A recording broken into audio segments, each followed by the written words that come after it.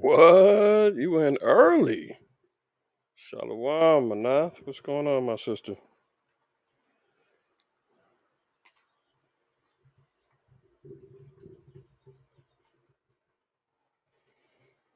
I see it in the comments. Wipe them feet.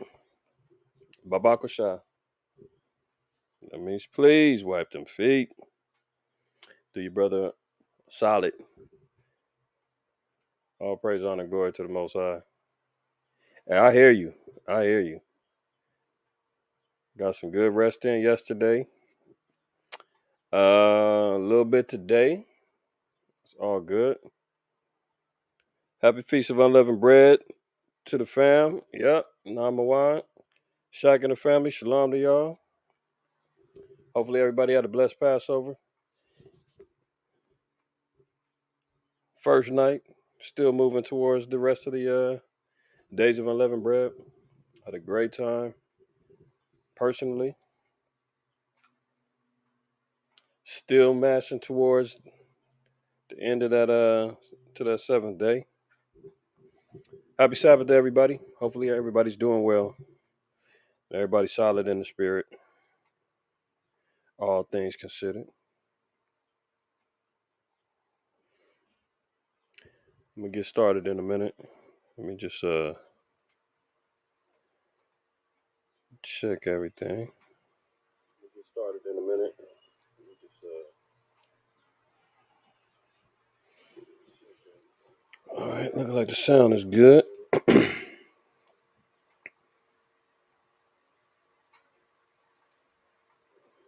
Sound is good. How's everybody doing? Everybody all right? Let me know y'all good in the chat. I'm reading. I'm capable of reading. I can multitask. Making sure everybody's solid.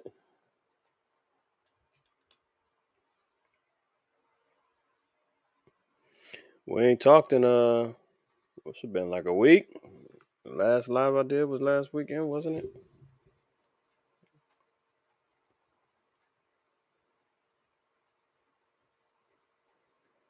Shalom, Aladai. What's good, my brother?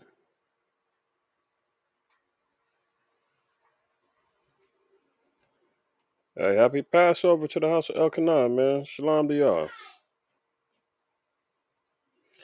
And Feast of Unleavened Bread. Happy Feast of Unleavened Bread to everybody. Shalom, Keith. What's going on, Ike? Hey, man, we have to stop calling you Keith, man. I'm about to get you a Hebrew name.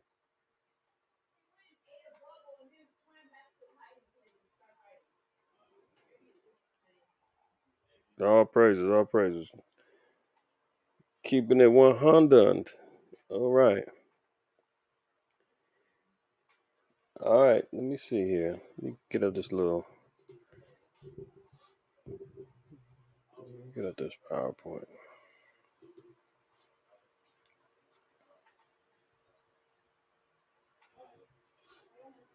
I need to open up another tab.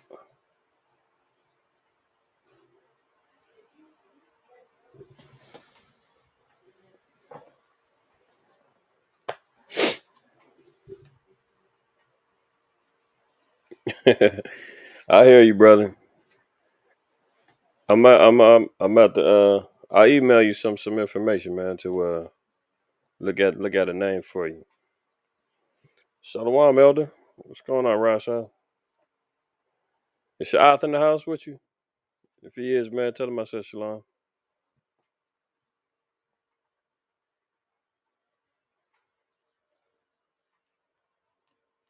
Y'all see the title. I hate to say I told you so, but I told you so. Good Lord. The games are continuity playing. They've already began. You know, they always say, let the games begin. I mean, they've already been going on. They ain't stopping, right? Before we begin, man, giving all praise, honor, glory to the Most High Yahweh in the name of His only begotten Son, Yahweh Shai, the Savior of Israel and Israel alone. I got to make sure that that's clear and understood, man. The Savior of the so-called Blacks, Hispanics, Native Americans, man. Our big brother, Yahweh Shai. That's right. Giving all praise, honor, and glory in the name of the Most High Yahweh. Hey, let's go ahead and get started, man. Look like everybody's solid. Slowly but surely piling on in. Let me go ahead on and share my screen with y'all. Oh, you know what? Hold up. Hold up. I think there's one other thing I want to show.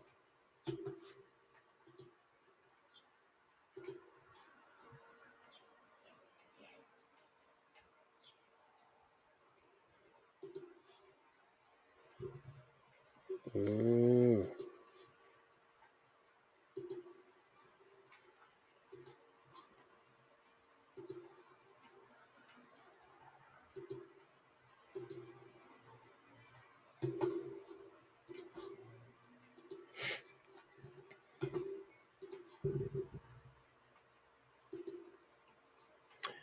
All right. Look like we good now.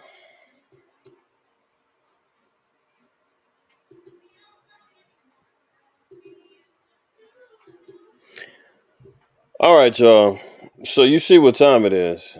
If y'all haven't been paying attention to seeing what's happening over there in China, they talking about real like apocalyptic Armageddon situations going on surrounding this whole thing called the vid.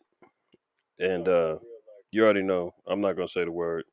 I'm gonna try to keep it as concealed as I can, as to not awaken the bots of YouTube. Right. Um.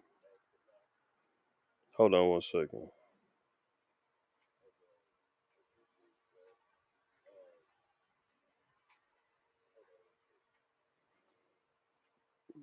Okay, here we go.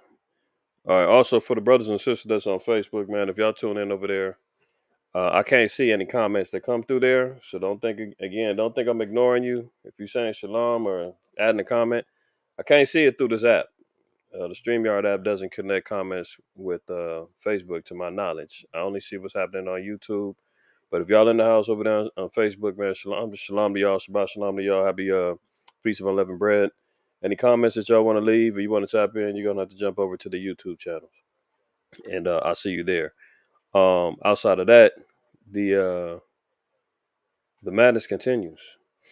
So as we see here, apocalyptic scenes in Shanghai, rebellion against zero vid chaos. Residents attack police after being evicted to create quarantine centers and try to make barricades in a hunt for food. See, this is what we're talking about. You know, we don't have to wait for certain particular prophecies to hit us personally. Now, these particular prophecies that we read about in Second Ezra 15:16, you know, this stuff is happening right now. Starting off with Moab. Let's look at 15. We always read this, but it's always relevant because of what the times that we're living in, right?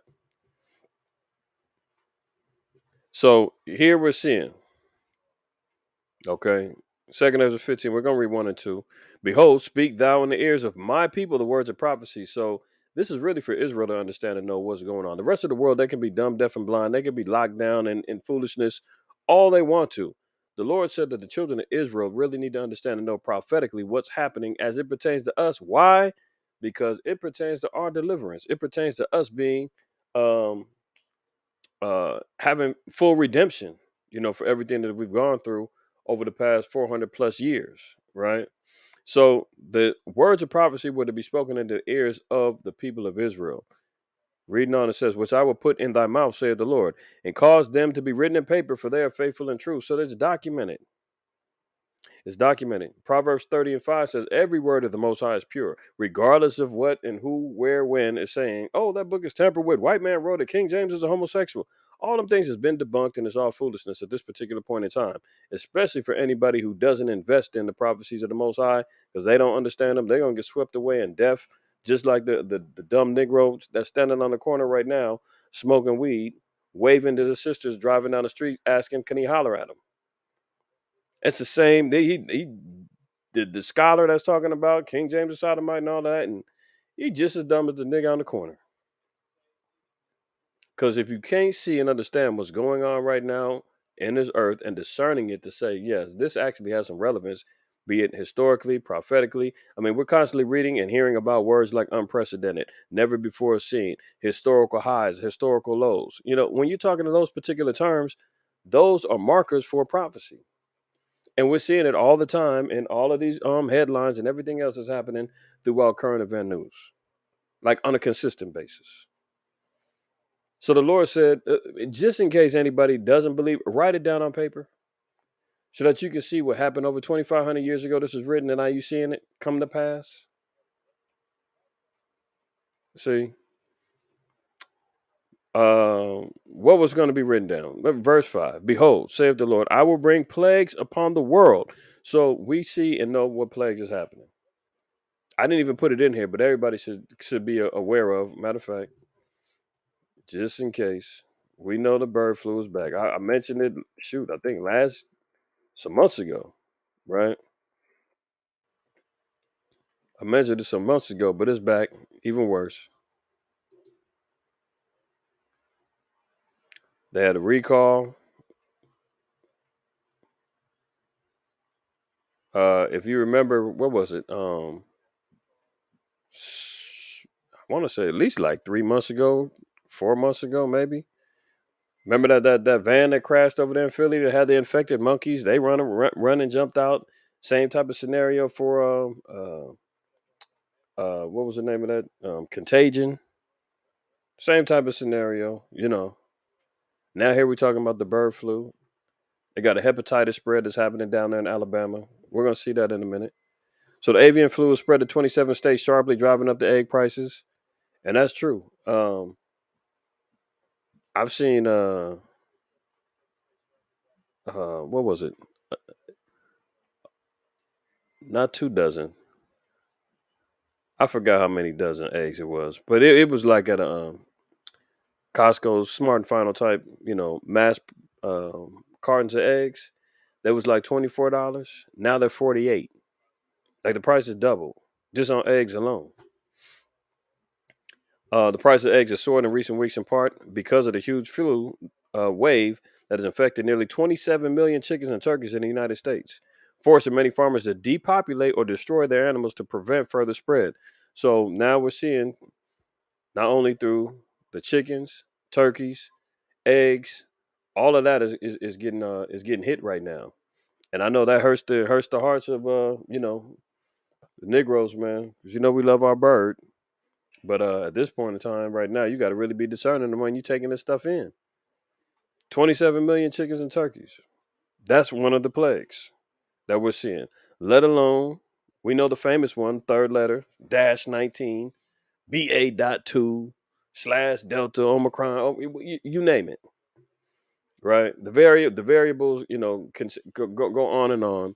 Uh, STDs is like at an all-time high right now. There's different strands and drug resistant gonorrhea.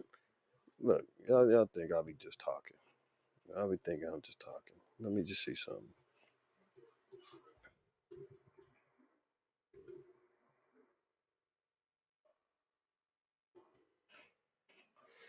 Just for the Netflix and chill people, that love their little quarantine time, getting caught up. Multi drug resistant gonorrhea, that's from the World Health Organization. So the sexually transmitted diseases is all happening right now. Drug resistant. You got sisters and brothers running around here burning and can't do nothing about it. Besides getting on different types of experimental treatments to hopefully relieve them of the burn and the itch. Let's just look at drug resistant STDs alone. There's a bunch of them. Look, 3-com STDs becoming untreatable. Becoming. That means it's only getting worse. So, to get back to the point, the Most High said that, behold, said the Lord. This is why the times that we're living in right now is so monumental. If we're keeping track of, and I know it's hard. Like I said, when I did episode 100 and just try to reflect on how many articles we covered, over 100 episodes, right? Typically on the lives, I'm doing at least 30. maybe 35 sometimes. The Manna Mondays and the Hebrew Hump Days between 6 to 10. I mean, add it up, it damn near came to over almost 1,000 articles within a year span, or a hundred articles. It's hard to remember all this stuff. It's hard to keep track of it. But if we take mental notes and we look and we say, "Dang, that happened, this happened, this happened," and then go back and we look at the word and we say, "Oh shoot, we actually drawing nearer and nearer." Things is actually moving at breakneck speed. Even Yahweh Shah said that he got to cut the time short for the elect's sake. Lest no flesh will be saved. Let's look at that one real quick.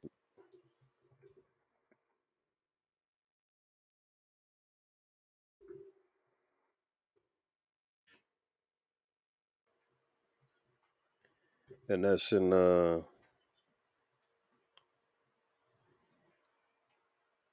see, look at this. Even in verse 21, it says, "For then shall be great tribulation, such as was not since the beginning of the world to this time, no, nor ever shall be." See, it's hard to even try to calculate or understand really what we're facing because there's no preparation. There's nothing that you can do to prepare for something that's never happened. You can prepare for things that we've seen or documented and historically understood could happen, would happen, has happened. But how do you prepare for something that has never happened before? You can't. Great tribulation is coming. They're talking about beyond food shortages. They're talking about even the stored foods and the freeze dried food. They're coming up short. So even your amount of time to prepare, even if you want to stockpile and get, even that's becoming limited. And it's going to get to the point that where food is so you can't even afford it. Or if you got the money, there ain't gonna be no food to buy. Me and my family, we were just reading Second Kings 6, and they were talking about the famine in in Samaria, and it was so bad that it said that they were selling an ass's head for 80 pieces of silver. That was just to eat. I'm gonna get that in a second. See, I'm all over the place, man. Bear with me, y'all. I'm just moving in the spirit. Bear with me. But when we talk about famine, I mean, this is how bad it's getting. Look, for then shall be great tribulation, such as was not since the beginning of the world to this time, nor ever shall be. Verse 22. And except those days should be shortened, there should no flesh be saved. Listen, this is how, if y'all ain't noticed, I know I ain't the only one, man. Y'all see time is flying. Time is flying. I mean, we're already at mid April of 2022. All hell is still breaking loose and getting even worse. We haven't even made it halfway through the year yet. And all we constantly seeing is more doom, gloom, and more foolishness going on in the earth. You know, only a year and a half into slow Biden's campaign, and it's gotten. I mean, it's gotten 10 times over worse than it was in previous administrations between Trump and Obama and everybody else. I mean, even the Bushes wasn't this damn bad, but we see that's only indicative of the times that we're living in. So it said, except those days should be shortened. Most I said, man, if I don't cut this time short, everybody's gonna die. I mean, if you leave it into the hands of the so-called white man, and just let alone, you hear about the rhetoric, you hear the rhetoric and the things that Putin is talking about. I mean, they said that Russia alone has so many nukes, man, they could destroy the earth 10 times over. I mean, at what point in time does Esau need that much damn weaponry? Where you've got nukes that will destroy the earth damn near 10 times over? I mean, one, two nukes, it's a wrap. And that's all that you're hearing right now. North Korea is ramping up their arsenal. They talking nuke. They talking nuke language. America talking nuke language. China talking nuke language. Russia talking nuke language. It's never been like this before where everybody's talking nukes. I mean, it's beyond the regular warfare, tanks, trucks, and airplanes, bombers, and warships and all that. They're moving beyond that right now. They saying, you know what, we got to go to the extreme right now. This is where it's at now. Everybody talking nukes, arming up in that particular fashion. That's never happened before. So that's why the most Yahweh Shah said, hey, this time got to be cut short. Let's no flesh be saved. I mean, let alone the biological warfare that's happening and it's underway right now. Nobody's gonna survive if the Most High don't cut this time short, and the elect isn't sealed, and the third of Israel isn't delivered up out of here. So, but we're seeing here, right? 22 it says, "There should no flesh be saved, but for the elect's sake, those days shall be shortened." So, for the elect's sake, the time has to be shortened so that we can be delivered up out of here. Because if we leave it to the damn so-called white man and we leave it to his devices, man, this place is a wrap. Let me see. Is it chapter 6? I think it is.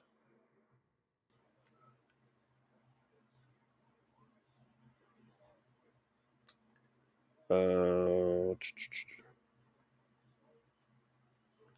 yeah,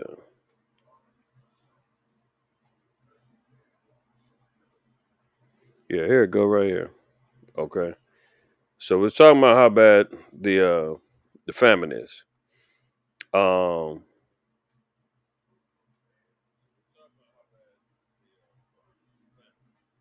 Okay. So I'm gonna just read verse 22. Y'all should read the whole chapter though. We'll read 21. It says, "And the king of Israel said to Elisha, when he saw them, My father, shall I smite them? Shall I smite them? And he answered, Thou shalt not smite them. Wouldest thou smite those whom thou hast taken captive with thy sword and with thy bow? Set bread and water before them, that they may eat and drink and go to their master." Verse 23. "And he prepared great provision for them, and when they had eaten and drunk, he sent them away, and they went to their master. So the bands of Israel came no more into the land of Israel. The bands of Syria came no more into the land of Israel." You know, Syria was trying to invade Samaria, and they was going to war, right? But during the famine, they was given bread, they backed down. Verse 24. "And it came to pass after this that Benadad, king of Syria, gathered all his hosts and went up and besieged Samaria." Verse 25 is the kicker, though. "And there was a great famine in Samaria," that's northern Israel, "and it said, and behold, they besieged it until an ass's head was sold for 80 of silver, and the fourth part of a cab of dove's dung for 5 pieces of silver." You talking the crap from a dove, 5 pieces of silver. That's how bad the famine was. They was willing to eat anything. The head of a damn donkey, 80 pieces of silver. Now, if you just did it at, let's just say a piece of silver was like an ounce right now. If you looked at an ounce of silver today's times, that's like maybe around $25 an ounce for an ounce of silver. 80 times 25 is $2,000. Is that right? Let me make sure. 80 times 25. Yeah, 2 G's. 2 racks to eat to get a head of an ass to eat. And who's paying that? Who's paying that to eat? That's what we're looking at right now. But remember, didn't Howard Side just say it's going to be worse than as any time ever before? So if that was the case, 2 racks for the head of an ass of a damn unclean animal, what's it going to be like now? And if you read later on down the line, man, Israel resorted to cannibalism. But that was one of the prophecies in the judgments of the law in Leviticus 26. It said that once we strayed away from following out the laws of the Most High, it said you're gonna eat your sons and your daughters. That's how bad it was. But yeah, y'all read that on your own. But that's what we're talking about when it comes down to real famine, real pestilence, real disease, real starvation, people resulting to cannibalism, and exorbitant amount of prices for the worst of the meats. The worst of the worst. 2 racks for a head of a. I mean, how much meat can you get out of a head of a damn donkey, man? And who wants to eat that? But that's the choice meats that was left. That's how bad it's getting. Let's go back to Second Ezra, verse 5. So it says, "Behold, saith the Lord, I'll bring plagues upon the world: sword, famine, death, and destruction. All happening right now, right? Why? For wickedness hath exceedingly polluted the whole earth, and the hurtful works are fulfilled." So now we're seeing this is what's happening. This is the midst of the prophecies that we're engaged in right now. We're seeing over here in China, we're talking about Shanghai. The people have been locked down, unable to leave out their houses. They're at the point now to where they're so starving, they're revolting and fighting against the police.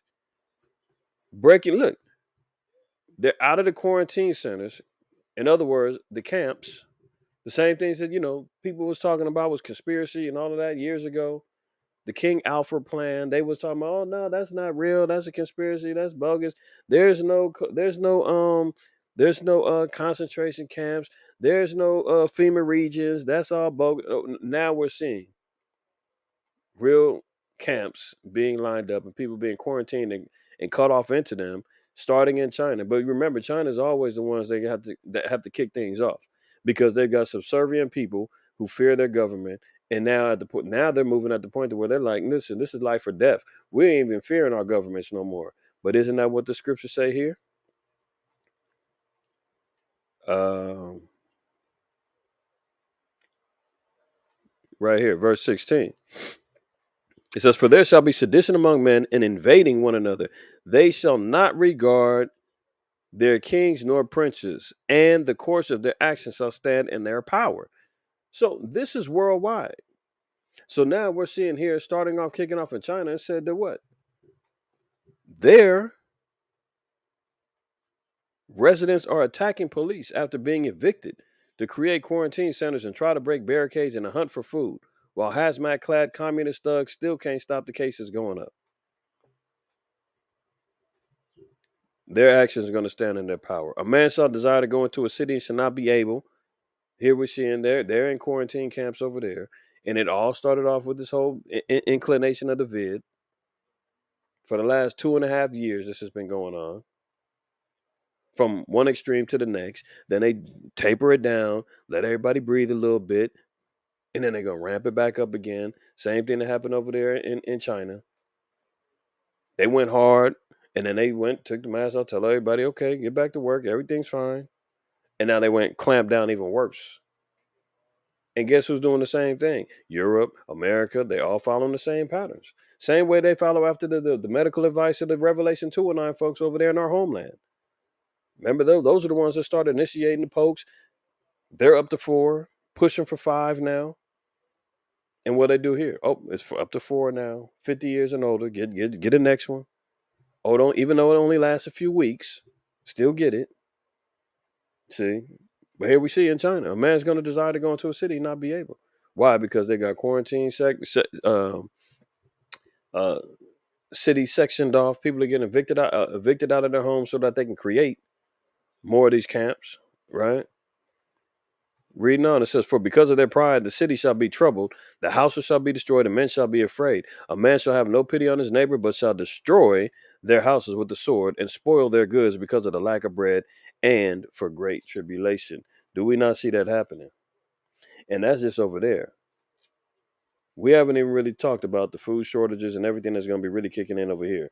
I mean, we already see it. Everybody's experiencing pain at the pump, pain when you're going to go swipe your card at the grocery store. They're already talking about how a majority of the people have already tapped into their savings, into their retirement funds, into they're delving further into more credit card debt to survive. And that's not even at the point to where we're at a figure to where, I mean, we read about the cost of grain and everything else, the breadbasket of the world over there in the Ukraine and Russia, other countries stopping imports from happening, or exports, I should say, right? Remember in the third seal in Revelation 6, they talked about how much a measure of wheat and barley was going to cost, a day's labor. We talked about that. Now we just got to see historically back in the times during the kings in Samaria, they were selling the vile, unclean meat for 2 racks. That's coming here. Even worse, though. Even worse. Verse 19 said, "A man is not going to have pity on his neighbor, but shall destroy their houses with the sword and spoil their goods because of the lack of bread and great tribulation." So we're seeing here the lack of bread is going to be happening. Let me get one other precept in chapter 16. 16, and let's read. Uh, Let's read 16. I'm going to read 60.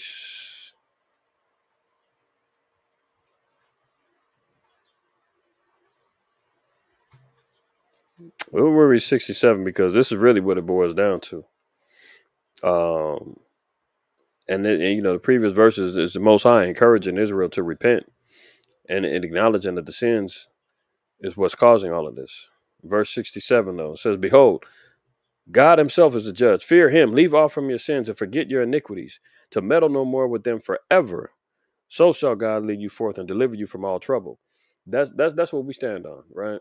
That's where our faith is rooted in. That's where the grace of the Most High has to really prevail in our lives, because we know there's nothing but trouble and hell and torment that's coming to this place and worldwide. There ain't no escape haven. There ain't no rest haven that you can go find out that you're just not gonna be touched. That the you got to be in your spiritual Goshen,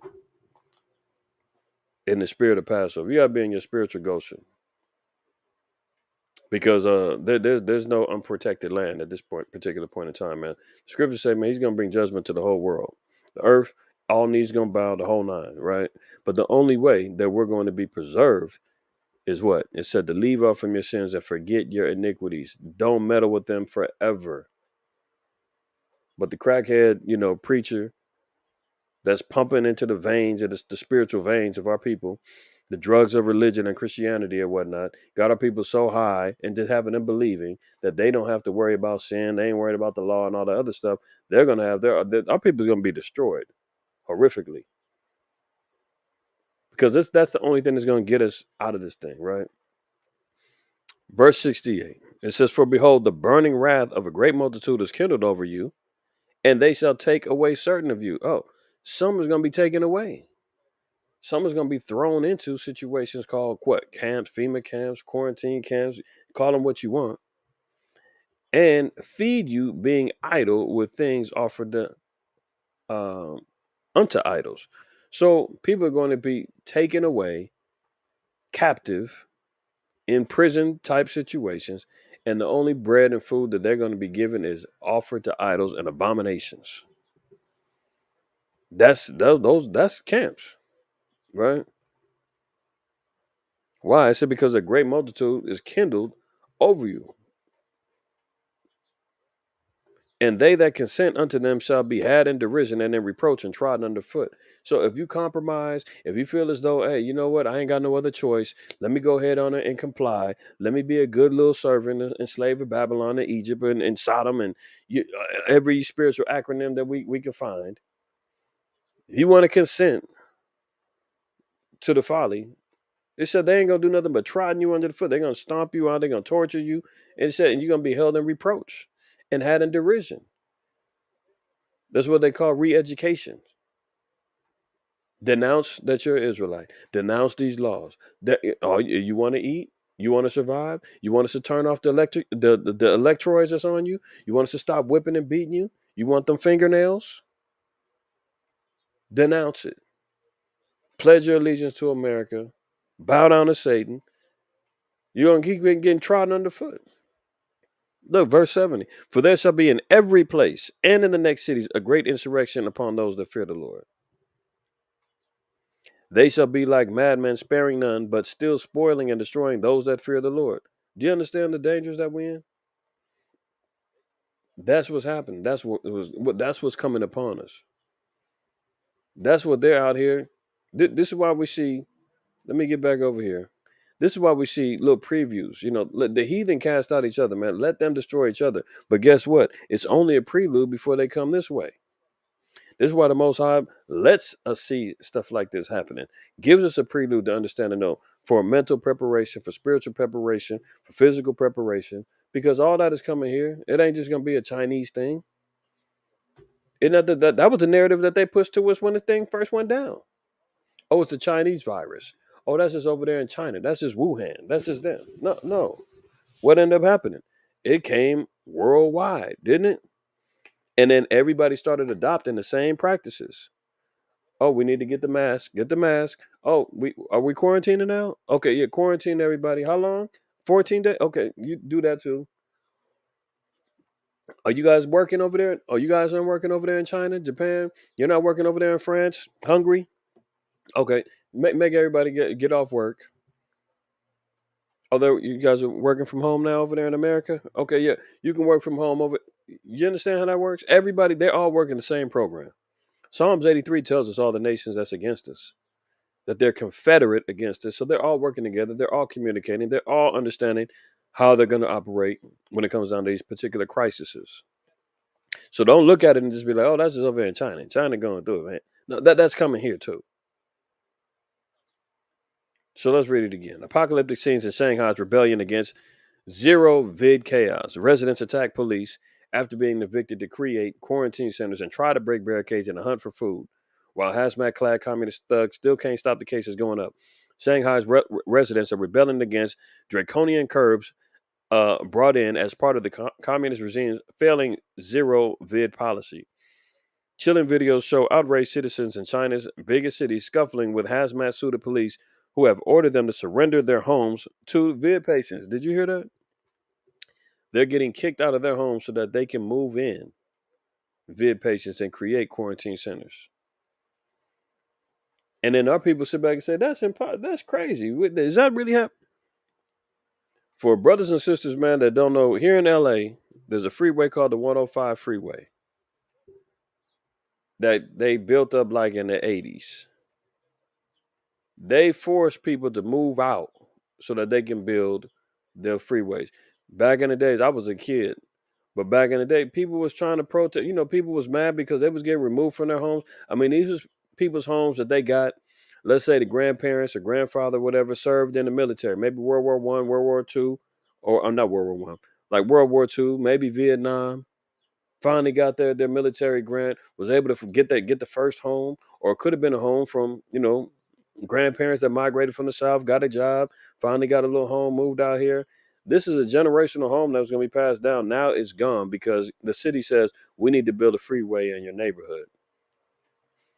Anybody from LA, man, y'all remember that? The 105 freeway when it got built up? All the people that got kicked up out of there? And they paid them a little money. Now I don't think it was worth what the homes was worth. Let me see if I can find some. Because it's only going to show you.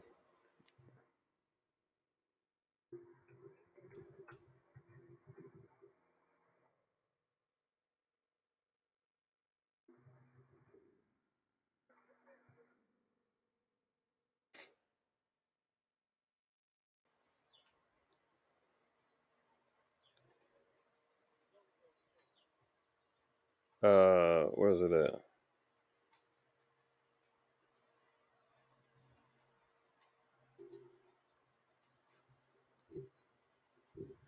Let me see if they got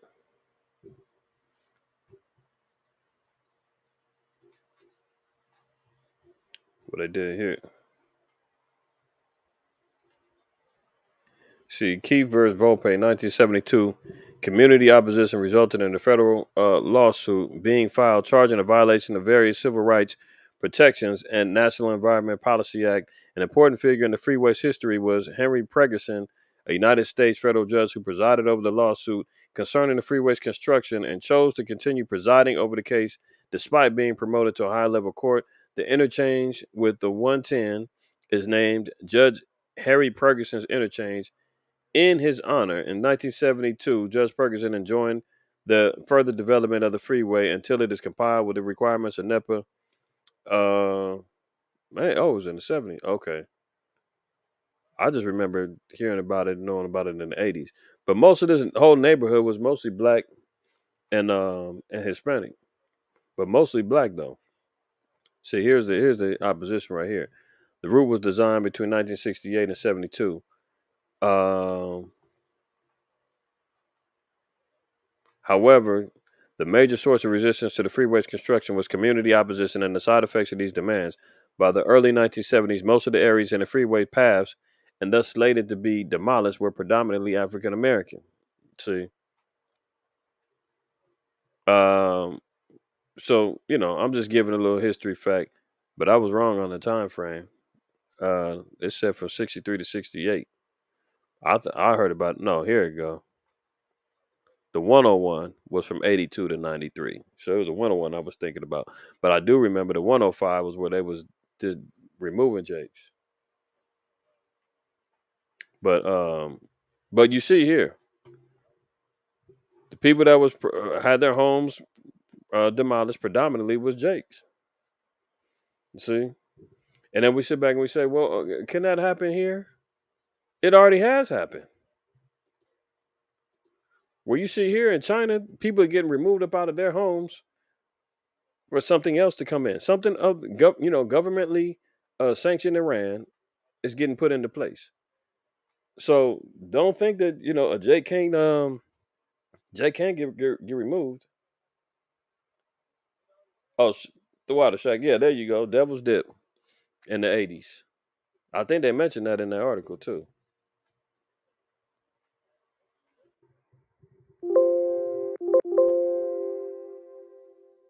I think they had a different name for it though. But nonetheless, yeah, you know what I'm talking about.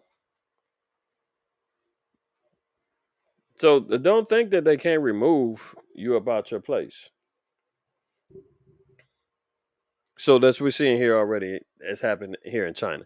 China chilling videos show outraged citizens in China's biggest city scuffling with hazmat suited police who have ordered them to surrender their homes to vid patients. Dozens of buildings in the city have been converted to makeshift isolation hubs as local officials struggle to contain record daily infections, which have breached 25,000 in recent days. And notice it said here they can't stop the cases from going up. So no matter the extremities that they do, it's not stopping anything. Whether that's botched numbers, whether it's real numbers, and who knows how many actually have symptoms. They're knocking it down just if you test positive. You can be asymptomatic. Nothing feels wrong. Could be a bogus test, doesn't matter. They slamming you into them camps. That's how they're operating over there. And again, we already know that's coming this way. Moving on. China leading citizens to jump from balconies in the quest to achieve vid zero. They're jumping out of damn windows and balconies, trying to get food, trying to escape up out of these camps. That's the extremes that's happening over there right now. For over 2 weeks, the financial capital of China, Shanghai, has been locked down tight. Some 26 million people languish in their apartments. 26 million people have to stay in their apartments. You cannot leave. Staring at their now empty refrigerators, unable to set foot outside to forage for food for fear of arrest and incarceration. I mean, at this point, it might be better to get arrested. At least they might feed you some food over there. Maybe not. The gooks over there don't play. I mean, I might take that gamble. Hey, man, lock me up. You might feed me. You might feed me in jail because I ain't got no food at home. What you got to lose? These are the type of decisions, man, that people's gonna have to make in the near future. Foreigners are the same predicament as one complained on Twitter. Mind you, there are foreigners, meaning students from America over there, people that's employed as teachers, teaching them English and all kinds of stuff. They're stuck over there too. Vacationers. Look, day 16 of our COVID lockdown. This was from Twitter. Day 16 day. Day 16 of our vid lockdown in Shanghai today, and food is a key thing on people's minds. We aren't allowed to leave home, so delivery is the only way. I was up at 6 a.m. yesterday trying to get any kind of delivery, but nothing was available all day. So far, same results today. Yet the homebound are the lucky ones. You can there's no you're not getting Chinese takeout. They're not delivering Domino's and Pizza Hut. Can you imagine the danger for the cat that has the ability to deliver food? He's not making it past inside the door before somebody opened the door and said that's for me. That's for me. And they snatch up that food, man, sock the dude out, take the food, and slam the door. You ain't even gonna get that delivery. Remember, the scripture just got through saying, a man shall have no pity on his neighbor, right? For what? The lack of food. A man shall have no pity on his neighbor, but shall destroy their houses with the sword and spoil their goods because of the lack of bread and for great tribulation. So you could try to, I'm sure they over there trying to order what do you call it? Uber Eats and DoorDash and all them other, and the people probably getting jacked for that food, man. Reading back over here, it says The unlucky ones are those who test positive for the vid each day, like the 17,077 Shanghainese who did on Wednesday, symptomatic or not, and 9 out of 10 show no signs of illness. They are hauled off to hastily erected quarantine camps. Did you see that? 9 out of 10 don't have no illnesses, but they getting hauled off. So imagine that. That's where we at now. But what's happening here? Oh, did I say something 6 months ago that's happening now? NHS chiefs call for the return of masks and limits on indoor mixing as they accuse government of abandoning interest in the vid and warn of brutal Easter as infections hit record level. The talk is already back up. Philly, they got the mask back on already, and they mad as hell over there. Chicago, remember, cover the story. They already said they already put this mask back on in the schools. So here we go, reverting back to what it was. NHS chiefs call for the return of masks and limits on indoor mixing as they accuse the government of abandoning interest in the vid. Okay.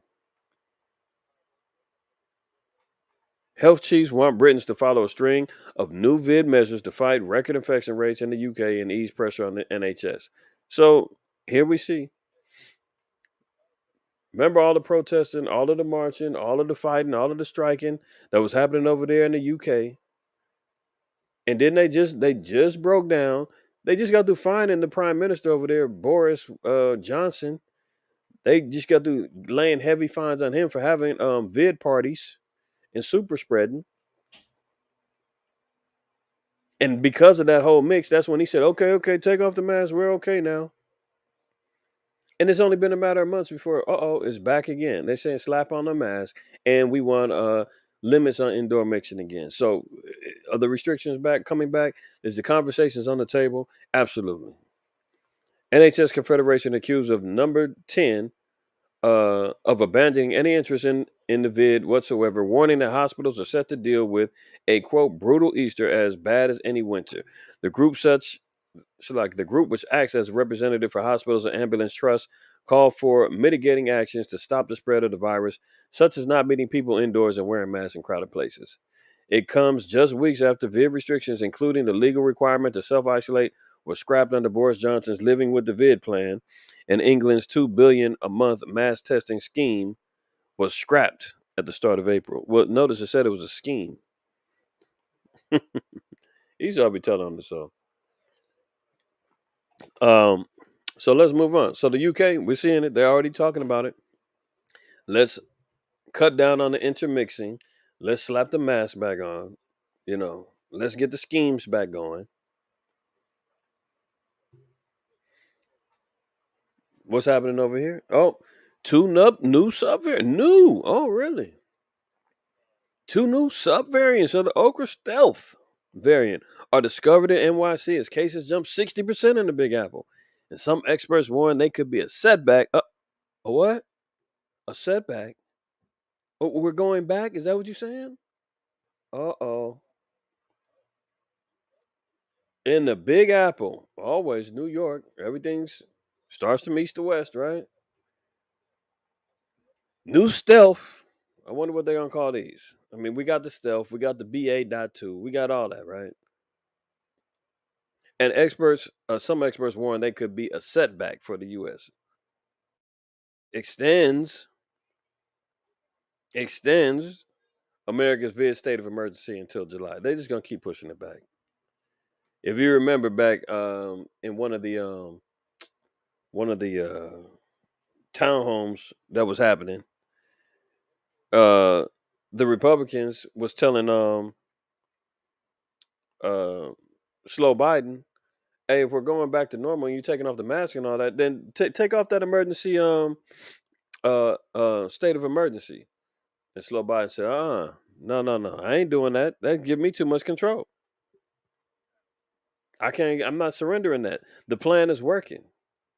We got subservient people already lined up. Yeah, you Al-Adai, you know that. He said they still remember that. That's just learn helplessness, man. Well, you figure, okay, you telling somebody, yeah, you know you can take that off. But we haven't had to wear a mask in a month, and people still like, I heard about it, but I ain't taking mine off. That's still going on right now. You see people in the store when it first went down. I was watching. I went to the stores purposefully just to kind of see what's going on. I mean, everybody in the store had a mask on, except for I was like one person on a couple of times that I first checked. I was one person, and then there was maybe like one other person in another store. Now you kind of seeing them over here a little bit. But I was just looking at kids walking to and from school. I mean, they just completely bought into it. These kids is walking on the street. They're not even in school. They walking home with the mask on, hood on. I mean, they looking like I don't know what to describe it as, but all the kids still got masks on, and it just become part of the uniform, man. It's part of the outfit. Now it looks cool, and now all the the kids with the low self esteem and all that, it's better for them because they're like, now I can really hide. I can be in my little imaginary world, and I can throw on my mask, and can't nobody say I'm looking weird because everybody's doing it. That's where it's at right now, man. So they're talking about a setback for the U.S. An state of emergency still going down until July. That's going to get pushed back again. Okay, New York's health officials have detected two fast rising substrains of the BA.2 stealth variant, which itself is a subvariant of the Okra, right? The stealth variant makes up 86% of the U.S. VID cases, the CDC revealed during its weekly data report earlier this week. Some experts, including those at the WHO, warn that it is too early to put the pandemic behind up and and it will continue to be a threat going forward. So the WHO let it be known it will continue to be a threat going forward. A threat. So it's not going nowhere. They're definitely going, uh see, the bigger thing is this.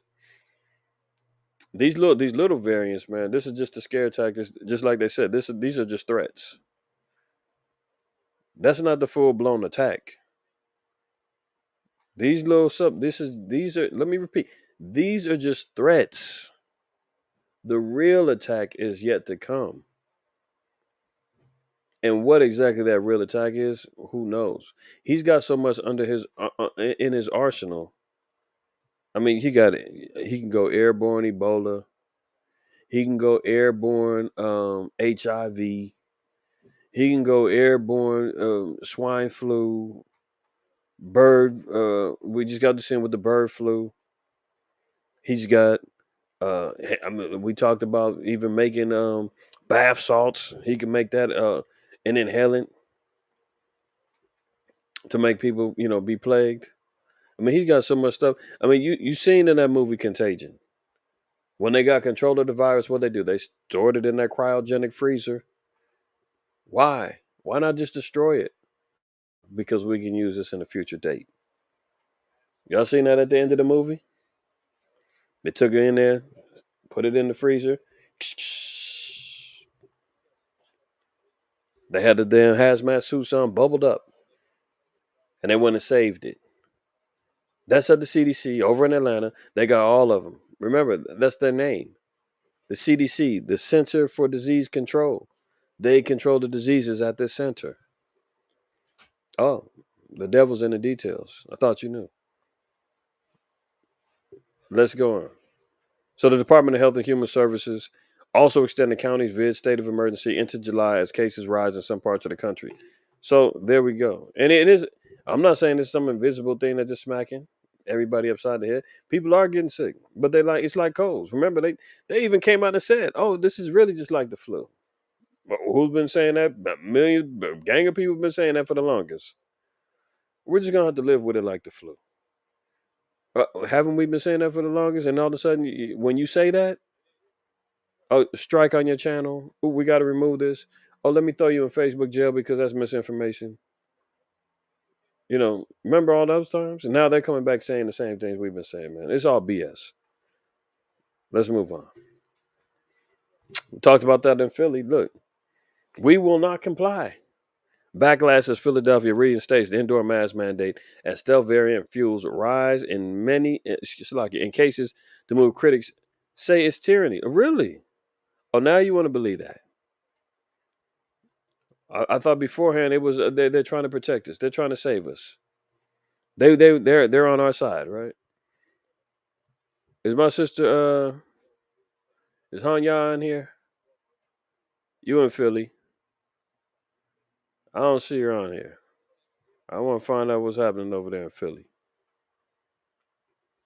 Is she not on here? What did you say, Shaq?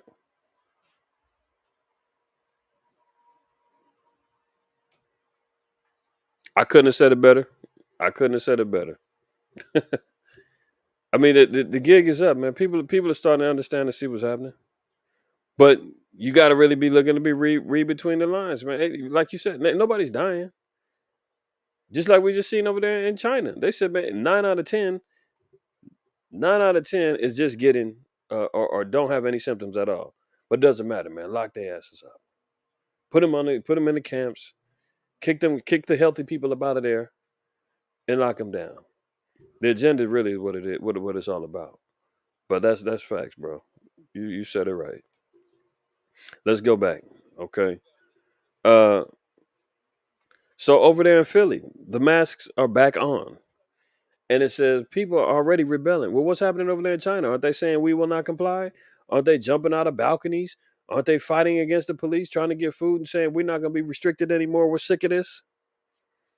So now here they go over in Philly. Philly's talking big. Backlashes Philadelphia reinstates indoor mask mandate as stealth variant fuels rise in cases. Like my brother said, not deaths, just cases. And move critics say it's tyranny. Oh, yeah, but tell us something we don't know. Welcome to being an Israelite, where systematic racism and systematic oppression rules our lives. You know, now the heathen want to finally trying to get hip to the game. They don't ride on our coattails. We already know what it is. Now they want to talk about, oh, this is tyranny. This is terrible. Get out of here. We've been lied to by the so-called white man for so long, man. We're not surprised at seeing this. They are. Philadelphia is reinstating its indoor mask mandate starting next week, only a month after lifting it. Cases in the city have slightly risen in recent weeks, but nowhere near enough to be considered a surge. Do you hear that? All they need to say, oh, a little rise. Oh, because of this um emergency authorization act is underway, we can lift and ban anytime we want to, and it's justified because now they've extended it to what, July. So cases have slightly risen, and they already slapping the mask back on over there in Philly. The BA.2 stealth variant is blamed for the rising cases in Philly and across America as a whole. The decision was made because of a recent uptick in cases, though federal officials no longer consider cases as the most reliable metric for the vid risk. There we go. Cases are no longer viable, but they're still using it. It doesn't matter. Logic is irrelevant at this particular point, brothers and sisters. Y'all know that. Logic is irrelevant right now, man. Wisdom out the door. And look what slow Biden's doing. Slow Biden. Biden's new vid czar says extending the mask mandates on planes and trains is absolutely on the table as cases start to rise again across the country. Dr. Ashish Jha was tapped by Biden to lead the nation's vid response. He told NBC today that extending the federal mask rule is a CDC decision. The nationwide mandate covering public transportation is set to expire on April 18th. Jha said the decision would be guided by evidence and science, but at the same time, the CDC is lifting Title 42 because it's not necessary to public health. The Trump era expulsion policy is ending on May 23rd, despite bipartisan concern. So, public transportation, planes, trains, they're already saying the mask ain't coming off. It's on the table. As the airlines and all of them are saying, look, can we lift those things up off of us now? Can we actually start getting back to it? And they're saying, well, hold on. We got to get word from the CDC first. And if we're going to see the CDC in many of the major states mishandled the whole thing, and they got failing grades on how they handled it. But they're part of the system. They're an extension or a nipple on the great whore, the beast, right? So nothing comes no, goes by without them making a decision. But the mask is definitely on the table. Look at this.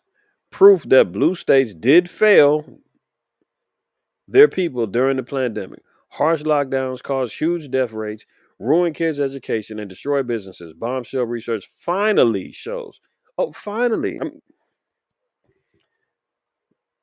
We've been talking about this till we blew in the face, man. Over 2 years talking about all this stuff, man. In the midst of cancel culture, losing channels, being flagged. How many of y'all been in Facebook jail and had your posts blocked and everything else for trying to promote something that they said that's inaccurate, that's false science, that's not misinformation, blah blah blah, right? Now they want to come back and say, oh, you know what? Actually, they did failing grades. They didn't handle it right in New Jersey, New York, California, Illinois.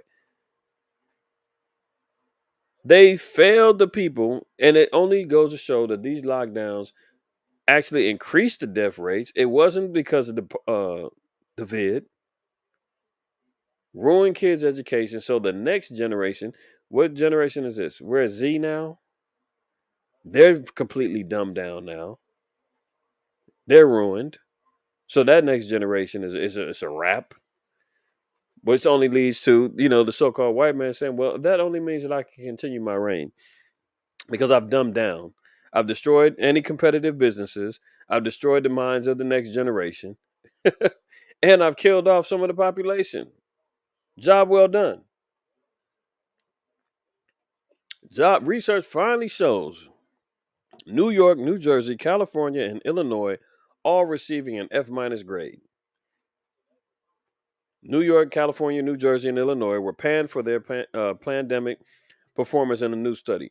Democratic governance policies caused huge death rates, ruined children's studies, and destroyed businesses. Now, it said that they caused huge death rates. Is anybody on trial for murder, manslaughter, attempted murder? Huh? Conspiracy to commit murder? Is anybody on?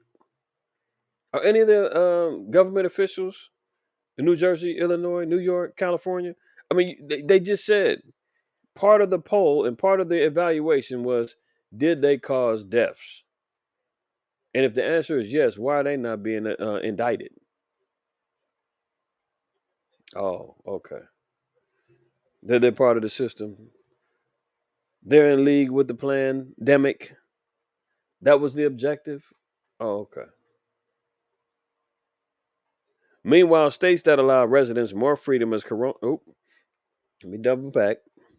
Meanwhile, states that allow residents more freedom as the vid swept across the country fared better. Utah, Nebraska, Vermont, Montana, and South Dakota were praised by analysts for their pandemic response. It comes amid fears restrictions may be phased back in as Philadelphia brings back its indoor mask mandate. Let me read that again. It comes amid fears restrictions may be phased back in. So even though we're seeing here failing grades, we're seeing things ain't working, they didn't do things right. Oh, what's gonna happen? What's gonna happen? They're probably still gonna do it anyway. They're gonna do it anyway.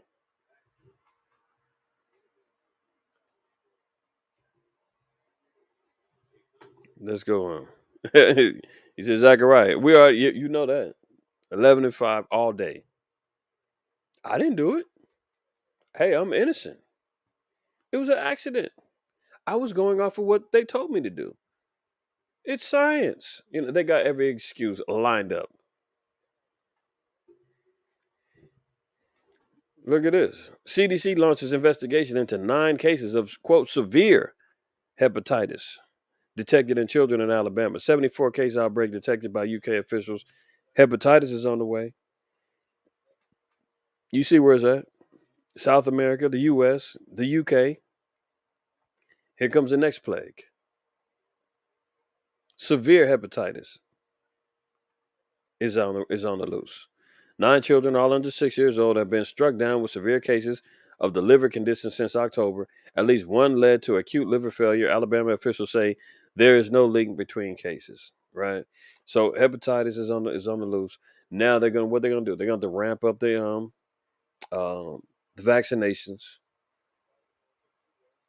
to make sure everybody's getting their hep shots, hep B, hep whatever.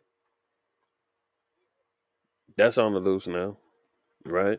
But remember, the Most High said He's going to hit the place with plagues.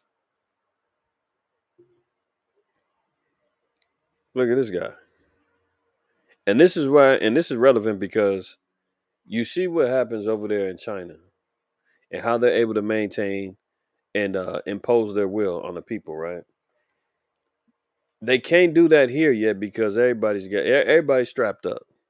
Right? Not everybody, but a vast majority of this country is strapped up. I mean, we're so bad during the David times. There was ammo shortages, and even prior to that, where you got so many people that strapped up, man, the manufacturers are having trouble keeping up with ammo requests, gun shortages. That's why they're laying down all these restrictions because they know damn well if you come down over here and you try to start up that stuff, the first ones that go out that's jumping out their trucks and out their damn uh uh Confederate flag waving houses is them damn hillbilly Edomites. They coming right out. Not my rights. This is my country. And they coming out strapped. They shooting at everybody and anything, trying to quote unquote get their freedoms. And Jake is gonna follow right along, protecting themselves against them and against the damn government. But look what O'Biden is doing though.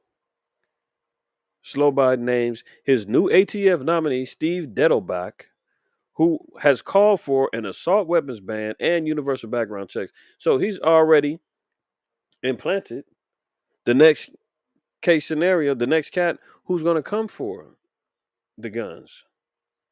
See, that's what they want a disarmed population, man, so that you cannot defend yourself. They're gonna say you rely on us. We'll protect and serve. You don't need that assault weapon. You don't need that caliber weapon. You don't need that. That's why you see over there in the UK, man, guns is banned over there. That's why you hear about them having bat and knife fights over there. And if you got a gun over there, you like a unicorn, and you really gonna catch hell if you get caught. The disarmed populations is the ones that's going to get hit first. France, all them other places like that. That's why you see them protesting and marching so heavy when the vid was really kicking,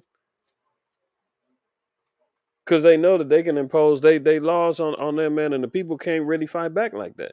But here, that's what's going to make America turn into civil war. When they tell you about nation against nation and people against America's going to go wild. But he's already implementing somebody to try to make it harder for people to attain weapons, to get them banned and taken out, right? Making it harder to even get one. Steve Dettelbach, here he comes. His announcement. Okay, what did it say? Steve Dettelbach, who was called for an assault weapons ban and universal background checks, and announces ghost gun crackdown with 20,000 homemade guns being reported in 2021. President Slow Biden had nominated former Senate confirmed attorney for the District of Ohio, Steve Dettelbach, to the head of the ATF.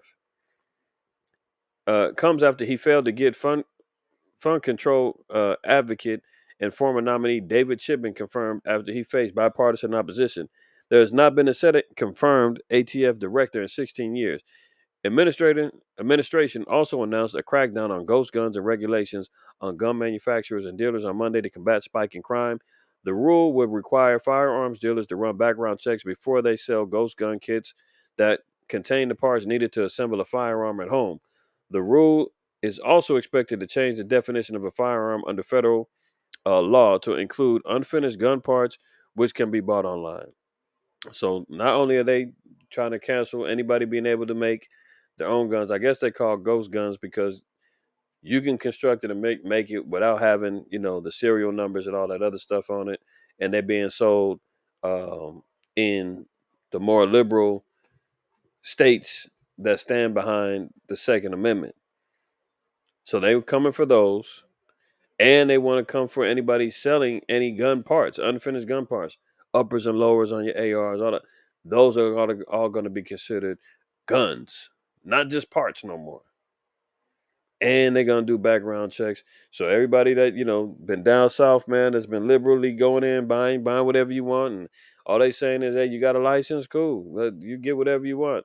That they're gonna make it harder for cash man to get guns, and then you wonder how they're gonna, when you see cats like that, like we'll talk about him in a minute.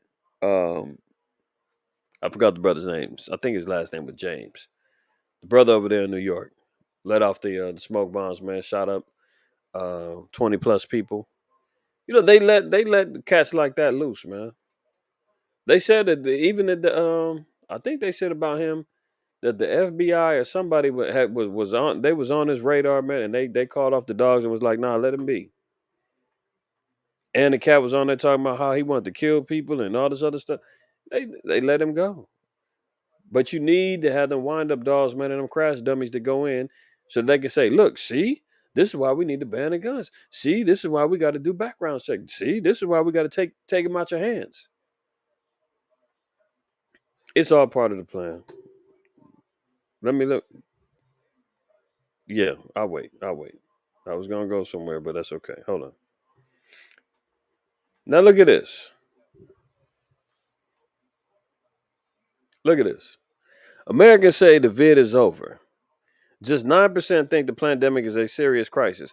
It took 91% of the people to wake up to say it's not as serious as they're saying.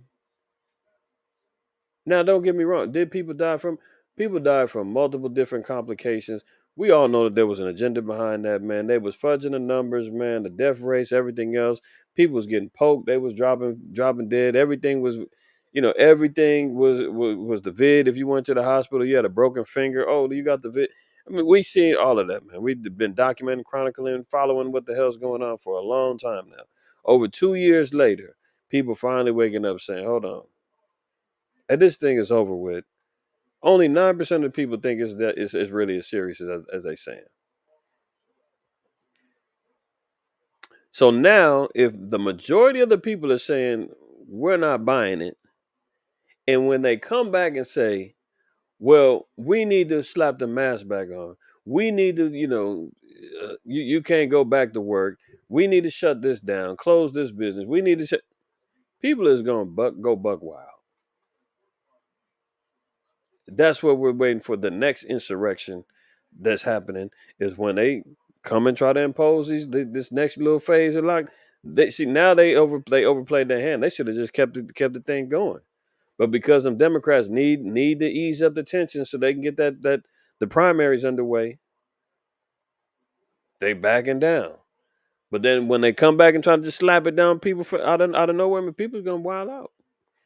9% think the pandemic is serious, and a warning to lawmakers planning to bring back mask mandates and restrictions in response to the latest wave. Did you hear that? The lawmakers are already planning to bring back the mandates and the restrictions.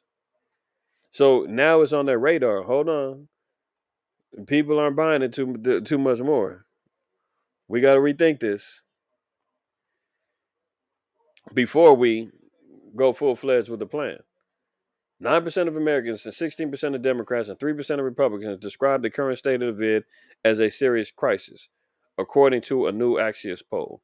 73% of 1,043 respondents, 66% of Republicans, and 81% of Democrats said that the pandemic was a problem but manageable in the U.S. 31% of Republicans polled said the pandemic was not a problem at all, compared to 51% of respondents in early February. Just 36% of those polled supported businesses requiring customers to show proof of jab. You know, being able to keep your job, get a job, the jab. You can't go into certain restaurants. All that stuff, man, was ridiculous. And they talking about maybe we should bring it back. 37% of respondents said they had returned to quote normal pre-vid routines. And Okay, yeah. Let me go here.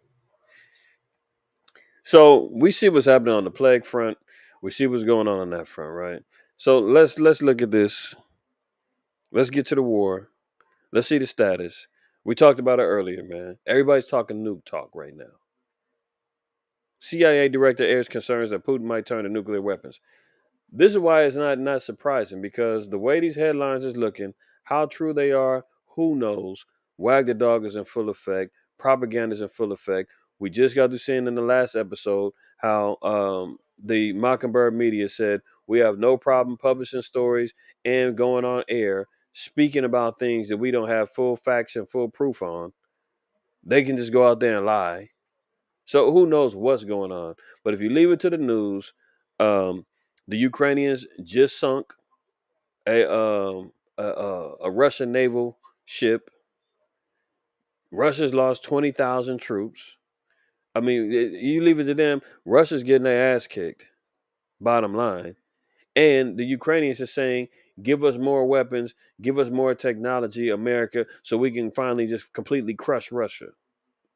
That's the way that that's the way that they're airing this whole thing out, right? But at the same time, you're talking about the Ukrainians just flooded at the border. They're running for cover. Oh, Russia's shelling and bombing cities. They're still moving on. Business as usual.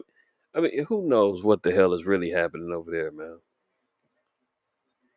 But if the headlines are true that Russia's getting beat down, why wouldn't they go for the haymaker and just say the hell with it?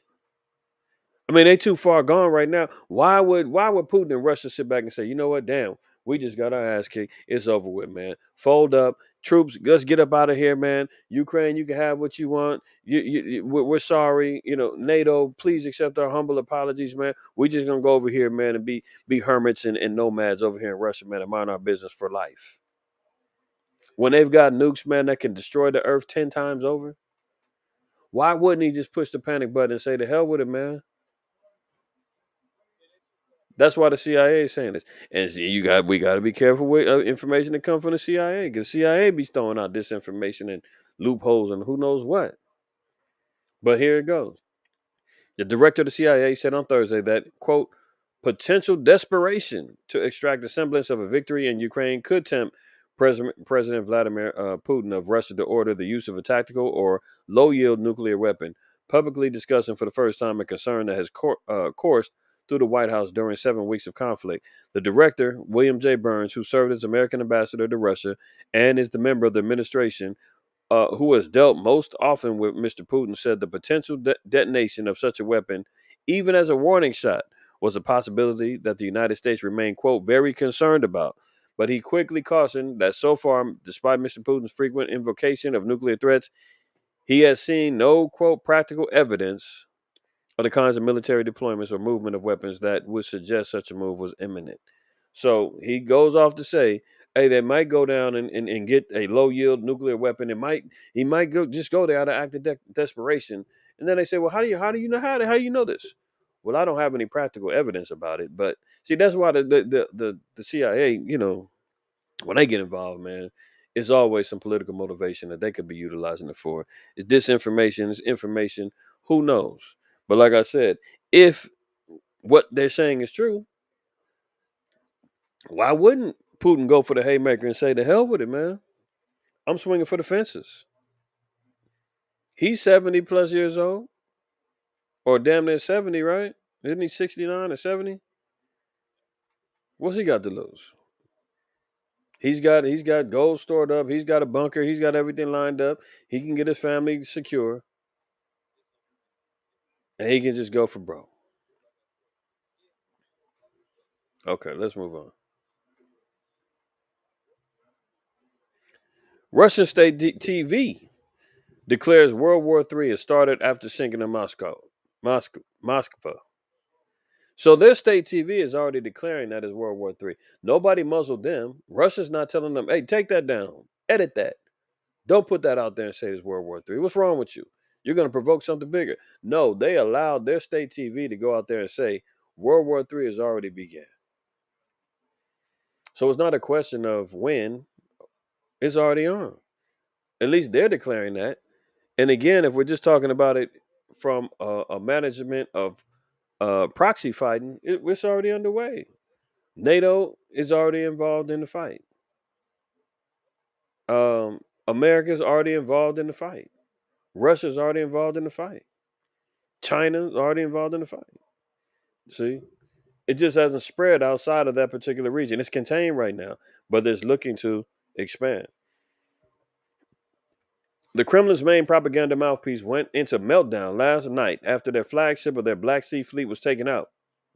See, at first they said that it was an ammunition explosion that happened on the boat, right? And then Ukraine popped out and said, "No, no, that was us. We hit them with a missile." Now, at this point, if that's the truth, why wouldn't Russia come back and really start lighting things up? That can only escalate. Officials have refused to acknowledge Ukraine's claims it struck the ship with cruise missiles, an operation which would be one of Kiev's biggest military successes since the invasion began. You see that? Officials refuse to acknowledge that, but the Ukraine is trying to take credit for it. But despite Russia's insistence it sunk because of fire, the Ukrainian capital was struck by rockets overnight, a sign Vladimir Putin wants revenge for the downing of the prized naval asset. The city has been spared aerial bombardment since Russian troops pulled out of the north, but there were strikes against Kyiv, Kharkiv, and locations further west. Russia, a Kremlin mouthpiece, which has championed the war, came close to acknowledging Ukraine sunk the Moscow by demanding a crushing response. So after that ship got sunk, and if the Ukrainians are taking credit for it, you would think that Russia might get a little turned up about that, right? So that thing is going nowhere but further into escalation of greater destruction happening sooner than later. Uh-oh. Look at this. Look at this. Trans doctor who helps teens transition says now it's gone too far. I mean, it took her that long to figure that out.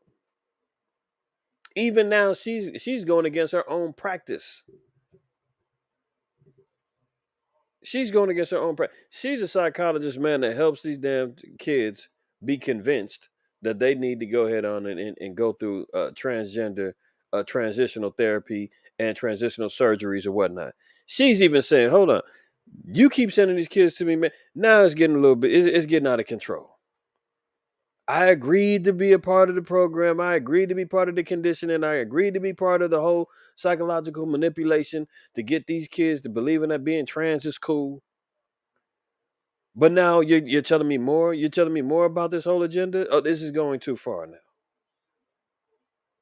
Hello, have we been talking about this is an agenda, that this is actually not science based, that this is all part of the plan to psychologically and physically manipulate kids and people?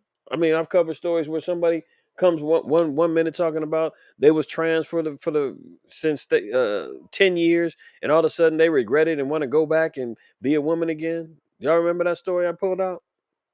I forgot how many months ago it was. And there's multiple stories like that.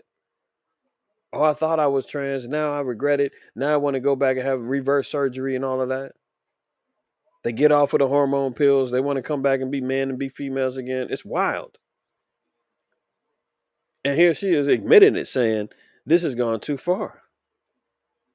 A transgender psychologist who has helped hundreds of teens transition has warned that it is, quote, gone too far.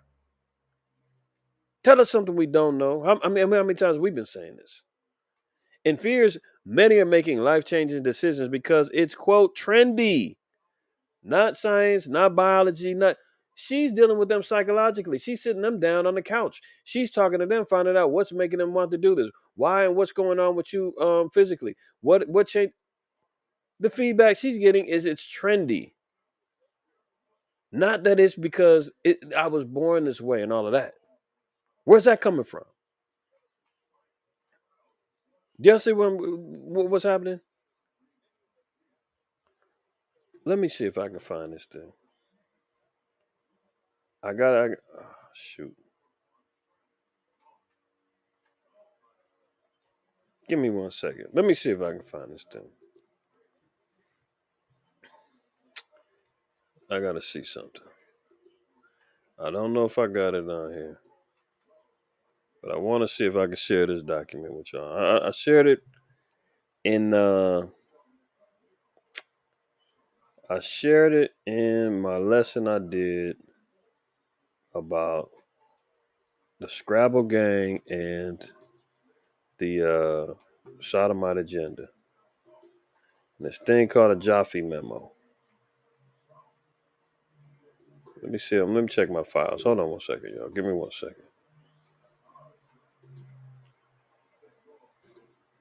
I want to see if I got it in here. I don't know if I got it.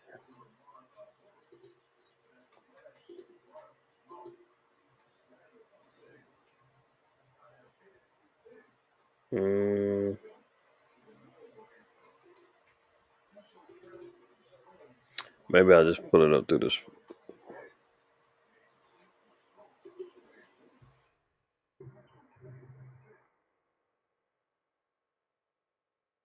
I can't find the actual. Okay.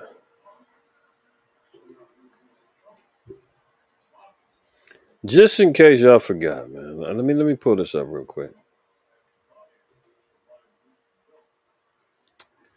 Um,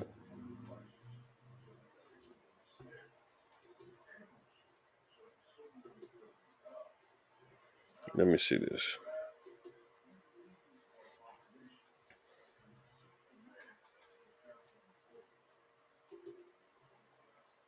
Y'all see this? Let me see if it's pulled up.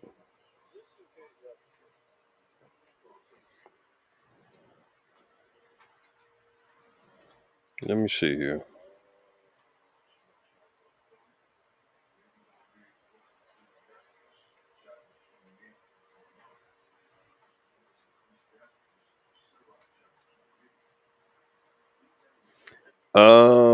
Okay.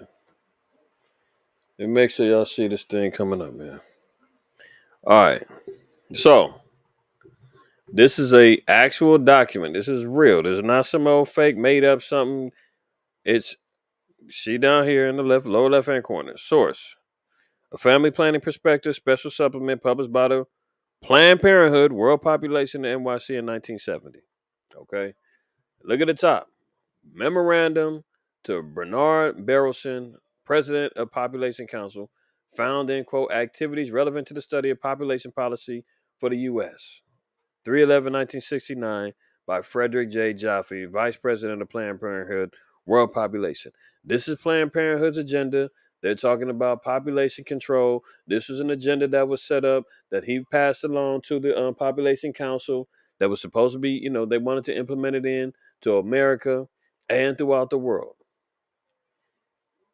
Look at the table one. Examples of proposed measures to reduce U.S. fertility, by universality or selectivity of impact. Just look at the first section over here. Is this big enough? Hold on. Maybe it's not big enough for y'all. So I want to make sure ain't nobody squinting.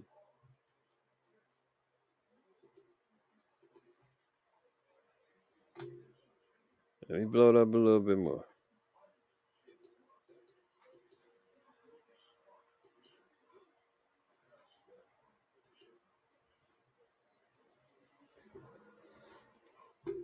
Okay. Hopefully that's big enough. Now, you see on here, this was the proposal of what they wanted to do. See again, examples of proposed measures to reduce U.S. fertility by universality or selectivity of impact. First thing that they said they wanted to do was restructure the family, postpone or avoid marriage. They're doing that through school, talking about having the need to go to universities and whatnot, careers, right? Postpone or avoid marriage. When they throw it into the people's mind, hey, you don't need to have married. Don't get married. You can go out there, just swing. You've got unlimited choices. Don't bring sand to the beach. All that mentality that you see through the influence of TV, music, film, so forth and so on. Then you get the psychological aspects that come in. The maturity age of men now, is in the 25 to 30 range, ready to hold down a household or whatnot. All that's gone.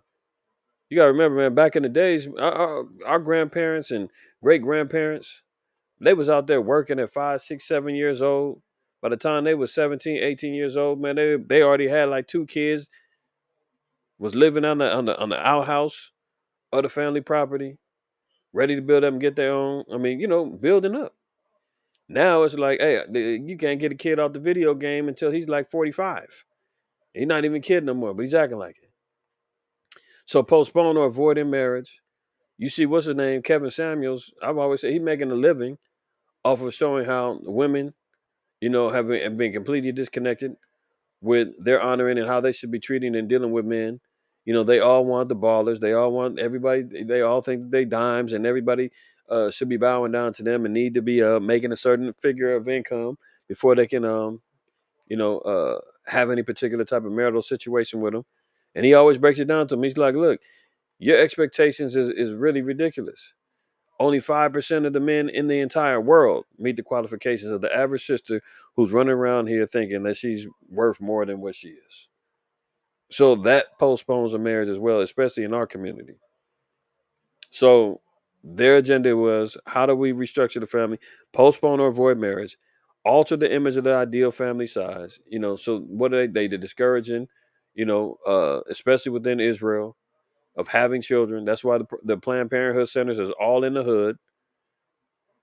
Morning after pills and everything else is getting flooded into our faces.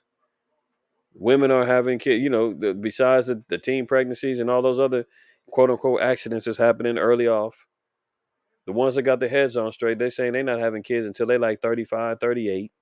By then, physically, you shaking the dice on being able to have healthy kids. So they altering the image of our ideal family size. Compulsory education of the children. Now you're seeing right now why and how they're implementing all of the sex ed that's going on with the Don't Say Gay bill that's happening over there in Florida, where they saying we want to be able to teach your kids about sexuality from kindergarten all the way to the third grade. We want to start getting them implemented into the drag queen lifestyle, the tranny lifestyle, the gay lifestyle. We want to make sure that they don't even think about having heterosexual relationships no more. So compulsory education of the children. Look at this. Encourage increased homosexuality. How can you do that if it's natural? If it's something that you was born with, how can they encourage you to be a homosexual? Just think about that. Educate for family limitation, fertility control agents in the water supply, encouraging women to work. I mean, this has all happened. All of this has happened, right? I'm gonna stop there. That's all happened. I brought that out because of what? This woman. She's a psychologist who deals with these kids on the regular. And she says the things that keeps coming back to her is, what are they saying? A transgender psychologist who has helped hundreds of teens transition has warned that it is, quote, gone too far and fears many are making life-changing decisions because it's, quote, trendy. Encourage homosexuality. There it's trendy now to be different. The unisex clothes, the unisex hairstyles, the tattoos, all this other madness. It's all trendy now. Remember that song, I Kissed a Girl and I Liked It? Oh, that just started, putting into the heads of the females to be experimental. Hey, you might like it too. Pop that ecstasy, drink that liquor, hang out at the party, try it.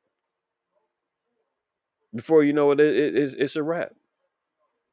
I watched this little document. Well, I guess it's a show on Netflix. They were talking about teen girls that's locked up at some spot in Illinois. It's like a little camp. And these little girls in there talking about they got girlfriends, they girlfriends in there, and a little drama going on. I mean, they like 16, 17 years old. They don't know what the hell that they doing, but they're encouraged and they're put in these situations to where this is all allowed. And she says it's become trendy and it's being pushed on social media. Well, who's allowing all of these particular, these accounts to go out here and promote, and these groups and these clubs and recruitments and all of that, and intriguing into the curiosities of these kids. And now you're out here having an educational system that's saying from the years of kindergarten on up, we should be able to teach your kids about sexuality. We should be able to influence them with what we think and say is okay, right? Unisex bathrooms and all of that. They're out here pushing this whole agenda. And now the psychologist who was in there, remember, it said this they were dealing with compulsory education of the children. Well, she's a teen psychologist. She's part of the compulsory education. So she's in on the plan. And now she sit back and say, hold on, this has gone too far now. I'm in too deep and I don't like what I'm doing. Now she's actually regretting the fact that I'm saying she's a damn tranny. Oh, God. See, I just got indoctrinated. I'm calling the she. He's the damn tranny himself, and he's saying it's gone too far. So I'm calling it she. Good Lord, Shalakia Abba. Erica Anderson, it's Eric, 71, who is transgender himself. I'm about to call her herself. Himself told the Los Angeles Times that he is mortified that even 13-year-old kids are now getting hormone treatment without even meeting with psychologists. Do you see how now the parasitic community of the trannies, man, now they eating each other alive, man. He's even saying this is too far. This is crazy. At 13, you on the hormone treatment pills, and he's a tranny himself. At what age did he think that it should be okay? You leave it to the untrained professionals running around here. They saying it doesn't matter, man. Put them on hormones at 10. Who cares? Reading on it says, I think it's gone too far, said Anderson, who until recently led the U.S. Professional Society at the forefront of transgender care. Quote, for a while, we were all happy that society was becoming more accepting and more families than ever were embracing children that were gender variant. Quote, now it's got to the point where there are kids presenting at clinics whose parents say, this just doesn't make sense, she said. Yeah, tell us something we don't know. Okay. So now even the trannies is turning on each other. Unbelievable what we're seeing here. And if a damn tranny can say, this is madness, this is crazy, this has gone too far. I mean, how bad is it then? When even their own is saying, we've been sitting back on the outside saying, this is gone too far. This is complete madness. This is bullshit. This is, and now even the trannies is agreeing. We're in a lot of trouble, y'all, man. You talking about spiritual Egypt, spiritual Sodom? We're here. We're here, believe it or not. And one of the damn head warlocks just admitted it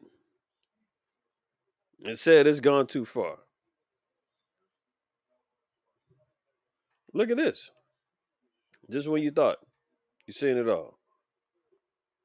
2 inmates at an all women's New Jersey jail are pregnant. How? After both had sex with transgender prisoners. How's what? I thought once you're a tranny, man, you're not supposed to be going back to women. How's that happening? Look at the foolishness that's going on here, man.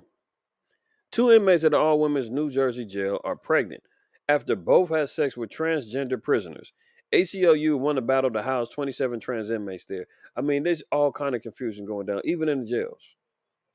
I remember seeing a video, man. There was some cat man did like a whole little compilation video talking about homosexual activity going on in the rap community or something like that. And he did a whole little thing. It was pretty good. Um and the homosexual agenda in rap or music, the music industry, something like that, right? But he had like video clips and stuff of different rap artists and things like that. And there's one rapper, man, no, I was gonna call him Lil Thug, Young Thug. And this dude came out wearing dresses and the whole nine. Now he's, in a transition. He's his old, I guess he's a blood and whatever. They in the video he had him on film, right? and they was talking about jail, and he was like, man, if I ever went to jail and I had to do 25 years, but I'm going to go get my breast did so I can go in there and do my time with hoes. I don't know if any of y'all seen that video or know who I'm talking about. If you don't know it, 'cause I know my audience ain't always up to speed on that. You know, we ain't worried about what's happening with some of these little rappers out here. But let me show you this guy. This guy right here. This this yuck mouth creature right here. Here you go wearing his little dress. See, and with his lean cup. I mean, this is the epitome of a nigga right here. His little leopard print mini skirt on with a double cup of lean. Everything that a Negro don't need to be doing. But he's one of the most popular rappers uh in rap right now, right? Look at him here.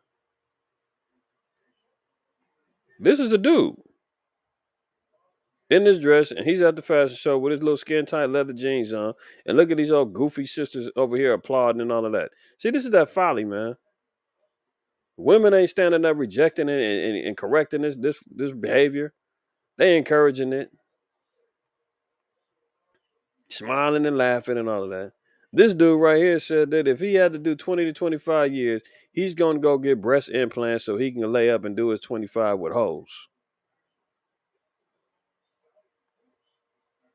Unbelievable, right? But he's supposed to be this bad big old blood or whatever. You know, look at it. Here go a little old mug shot of him. This don't look like the same cat, man, that was wearing that dress and all that, does it? But it shows you what happens, man, when a J get put in that industry and he sacrifices, he sells his ass cheeks for a damn deal. Now he gets turned out. This don't look like the same cat, man, that was just wearing them dresses and looking crazy, does it? He go from this to this. What they saying? Oh, that's fashion. Oh, I'm hating. Yeah, the rainbow, yellow and purple, pink, and get out of here. Needless to say, it only goes to show how this actually manifested into this particular story. Two inmates at an all women's New Jersey jail are pregnant after both had sex with transgender prisoners. The pregnant women are housed at the embattled Edna Mahan Correctional Facility in Clinton, which New Jersey governor announced plans to close. Excuse me, it's unclear if the women had sex with the same transgender woman. Edna Mahan closes 27 transgender prisoners and over 800 cisgender women. 800 cisgender, what? Non-binary, cisgender. I mean, I can't even keep up with all of these damn identity politics that they doing right now. The correctional facility began to house inmates by gender identity last year after reaching a settlement in a lawsuit brought by trans women and the ACLU. Edna Mahan, the only women's prison in the state, does not require transgender inmates to proceed with reassignment surgery in order to be housed. In recent years, Edna Mahan has grappled with reports of widespread abuses and systematic failures. 10 prison guards face criminal charges stemming from alleged assault on inmates, including a transgender woman in 2020 of January. Uh, Come on. This is the madness that's going on. What y'all saying in the chat?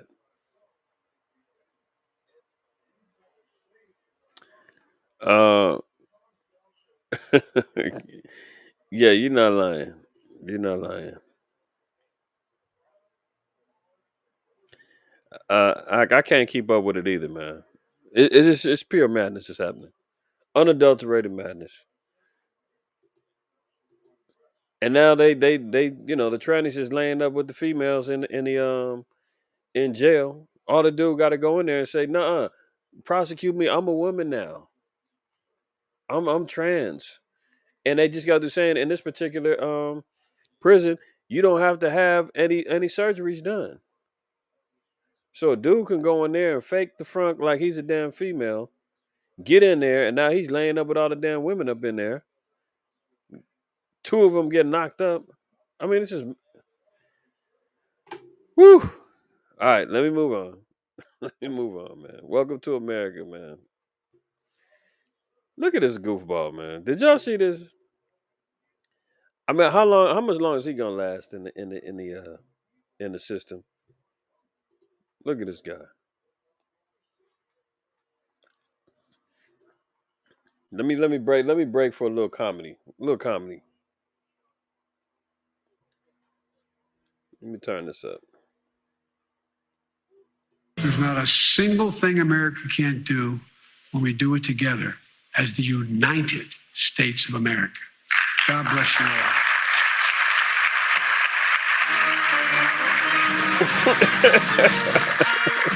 Do you see this madness? He talking about there's not a single thing that we can't do when we do it as the United States of America. God bless you all. Turns to extend his hand to a handshake to nobody that's there, and held it for a hot second, looking like, "Oh, what the hell's going on?"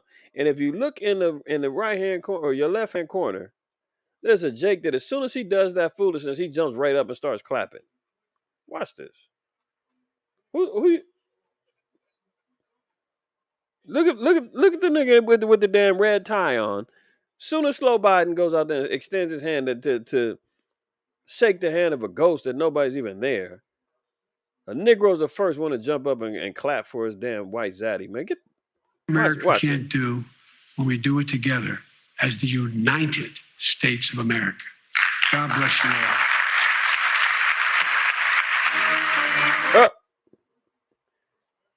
He just turned and looked and said, "Oh, who's he looking at? Who's there?" He don't know where he's at. Now watch this. Look at the Negro with the red tie on.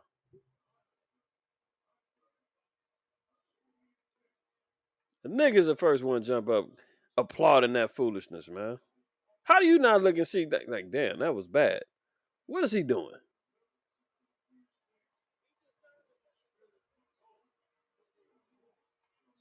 Good Lord. Yeah, you're right, Karatazar. He was trying to get that from Satan, man. Satan said, man, get up out of here, man. You bubbling ass boob. Unbelievable. Yeah, he must have felt the spirit, tap him on the shoulder and was like, hey, I'm right here. He turned around for the clap. But the nigga over here in the damn red tie, man, he's exactly that. Clapping like he just seen his savior, man. Disgusting. Disgusting. Look, he's confused again. Look at another nigga over here. We're looking at the hot topic buzz. That was President Biden yesterday appearing confused yet again while in Greensboro. It looks like he was expecting to shake somebody's hands, but he's actually shaking hands with thin air on the heels of. Good Lord. And this is the leader of the free world, so-called free world, man. This dude got the keys to the damn nukes. He's the one out here dictating policy for the entire world, man, and he don't know where the hell he's at, man. President Slow Biden was left empty-handed following an address at the North Carolina University Thursday. Biden, 79, had just finished delivering a nearly 40-minute speech at North Carolina Agricultural and Technical State University in Greensboro when he turned towards stage with his paw outstretched in a handshake position. I mean, how much longer can they put up the front, man? I remember when Trump said he was on performance enhancing drugs. I believe that. He probably was on like some Adderall, one of them little up speed type drugs, man, to keep him up. When he turned off, man, he shut down. They take him off they take him up off of the drugs, man. He's out of there. Let's move on. The Biden family scheme unravels. We seen the laptop with his son, some of the dirt. See, what I'm thinking is, and who knows, but this is my thinking. He's gonna get caught up in this scandal, and they're gonna have to impeach him and get him up out of there. Kamala Harris is gonna take over. That's gonna be a train wreck. They're gonna get rid of her, or she's gonna bow down when Biden come down because she damn sure can't sit in his seat. And they're gonna let somebody in there like Hillary Clinton and some warmongering broad like her that's gonna really get in there and turn things up.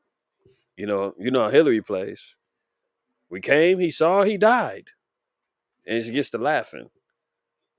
So who knows if this scandal leads back to slow Biden and he got involved with some of the scams that his crackhead son was into, he might be up out of here. If the grand jury in Delaware investigating Hunter Biden's business ventures does its job properly now, it will be pulling on the threads that lead to the president. And already there are signs that it is happening. Regardless of the extraordinary statement last week by White House Chief of Staff Ron Klain, the president is confident his son has done nothing wrong and that the inquiry has nothing to do with Joe Biden or anyone else in the White House. Publicly available evidence says otherwise. The dude will not stop lying. He said his son's done nothing wrong. It's pictures of his son with harlots in the damn hotel, crack pipes hanging out his mouth, money trails and emails all leading back to him getting money from China, Ukraine, and Russia. And he's saying, "No, my son didn't do nothing wrong. Everything's fine. Oh, this has nothing to do with me." And there's a paper trail leading right to him. It reading on it says it is not just the emails and other material on Hunter's abandoned laptop that point to Slow Biden's involvement in his family's multi-million-dollar global influence peddling schemes when he was president. There's also the 6-hour interview Hunter's former business partner Tony Bublinski gave to the FBI last year, along with a trove of documents, emails, and encrypted messages. I mean, they finished. But we've been talking about the Biden, hustle crime family that he come from, man. Remember, this cat is a career politician. All he knows is undermining, backhand, backdoors, uh, shakedowns, manipulation. That's all he knows.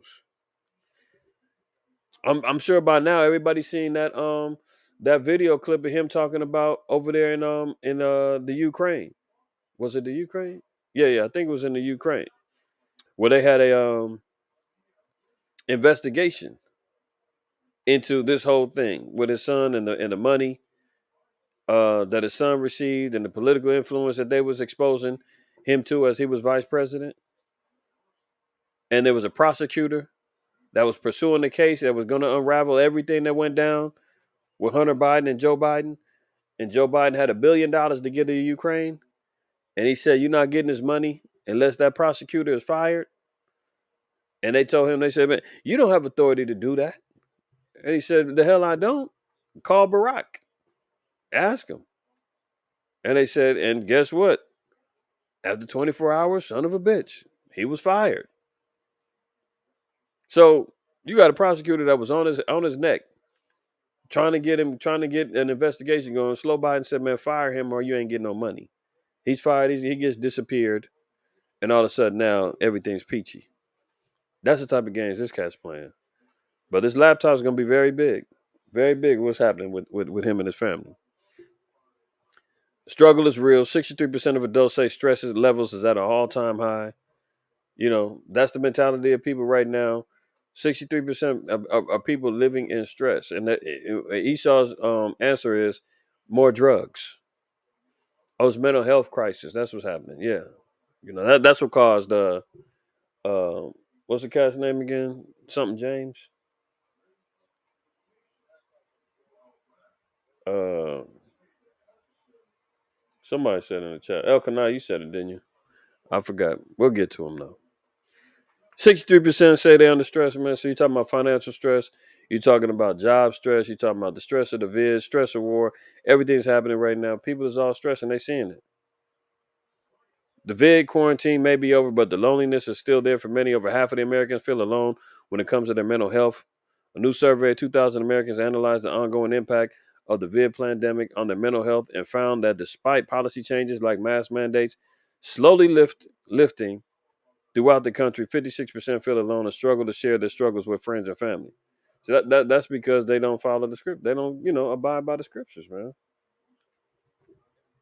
If we allow the Most High to lead everything, you know,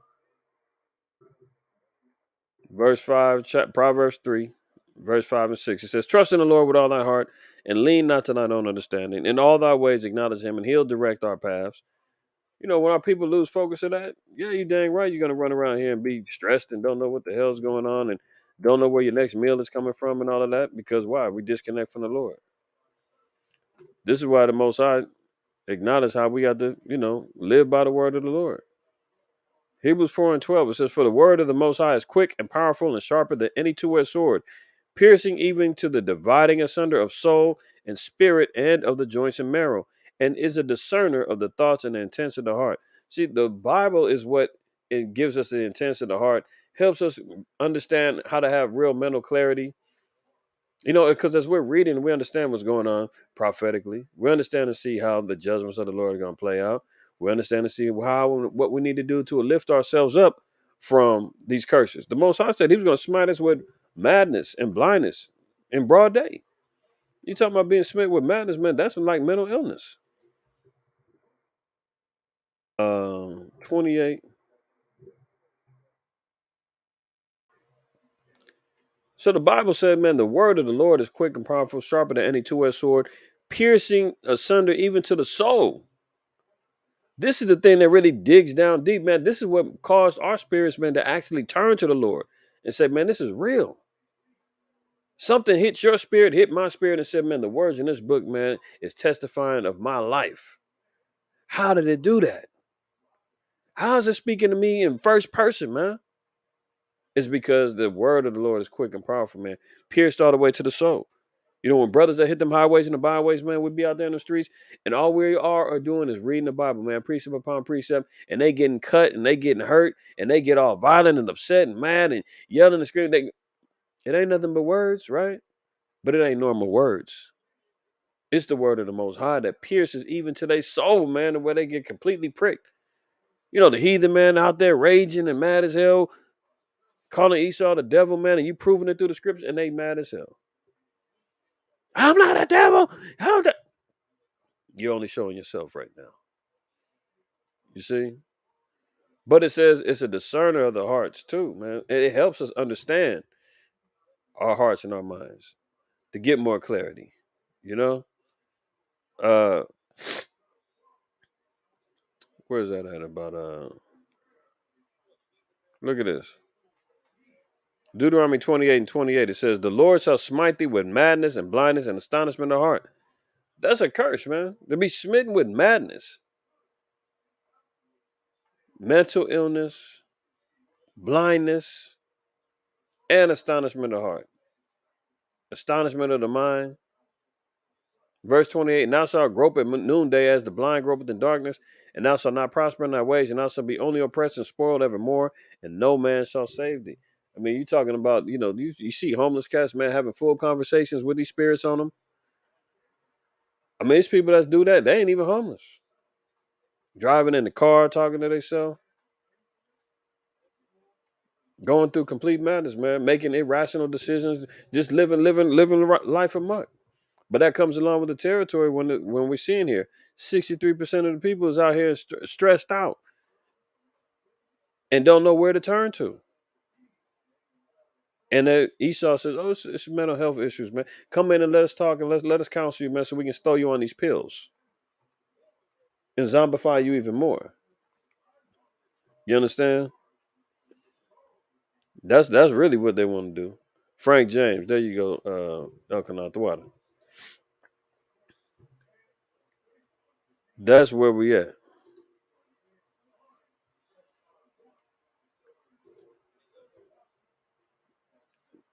That's right. That's a good precept right there. That's really what it's about. Fearing the Most High, man. That's the only way we're gonna have sound mind, merry heart, giving joy and gladness. Long life is when we're dealing with what the Lord said to do. You fall off from that scenario, you can forget about it. But everybody's sitting out here stressing, right? Some with good reason. I'm not sitting back saying that I don't deal with stress. Everybody deals with stress. It's how you handle it, how you manage it. And if you're not going to thus save the Lord first, or you're not facing the east in your respective area, or facing Jerusalem, wherever you at, then you need to employ in that.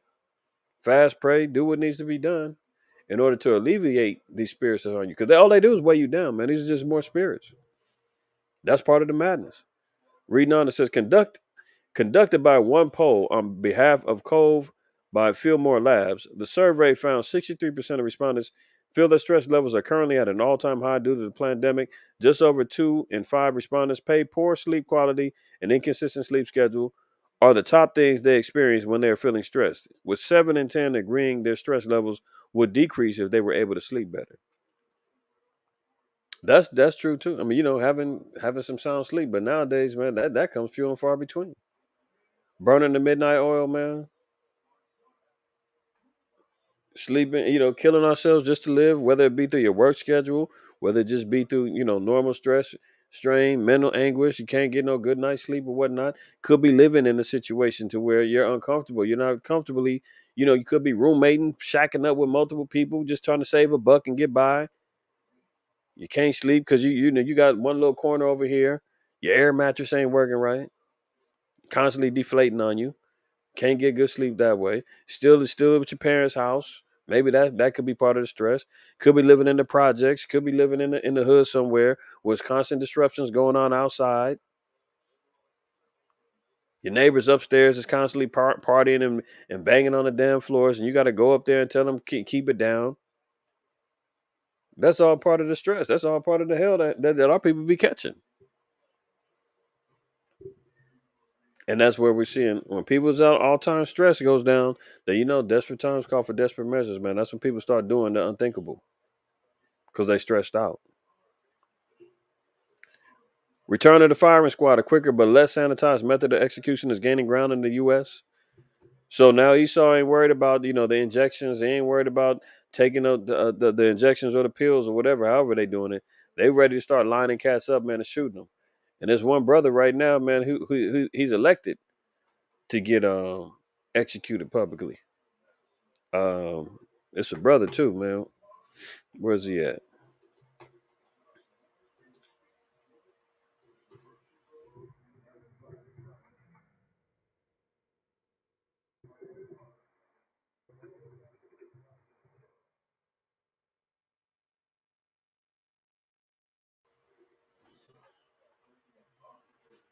Yeah, he's in South Carolina. Here you go. South Carolina inmate scheduled to be executed picks firing squad over electric chair. I mean, I guess you got to, figure it out. The lesser of two evils. Both of these cats, man. So now we're getting to more of a desensitized public, man, to where, hey, man, shoot a cat live on TV. They're gonna be doing all of that. Live public executions. I mean, they did it during the times of Rome, didn't they? In the Colosseums. Bread and circuses, man. During the time of famine, you got to show up. You want some bread. Cheer along, and somebody gets put to death publicly. A lot of them gladiators, man, was prisoners or whatnot, fighting for their lives. Whatever this cat did, I didn't read his whole storyline, but nonetheless, he didn't already chose, man. Shoot me. I don't want the electric chair. But that only gives you more. It gives more credence to showing how Esau will actually resort to uh, public shootings and justify it as reasons for judgment. So here we see him, man. Firing squads is coming back. China's accelerating its nuclear buildup over rising fears of the U.S. conflict. So again, more nuke talk. China's accelerating its nuclear buildup over rising fears of a U.S. conflict. They're concerned about having a conflict with the U.S. Yeah, Khan, there's been talk about the guillotines too. They've been talking about guillotine. So we see public executions, man, is going to be more of a fear tactic that Esau will use to get Jakes in line. You don't want to be the next one on the hit list, man. Then get in line. And that's exactly how he plays it. The fear tactics, man. So China is in fear that there's going to be a conflict with the U.S., huh? And they're ramping up their nukes. So here we go. More nuke talk, more World War III talk.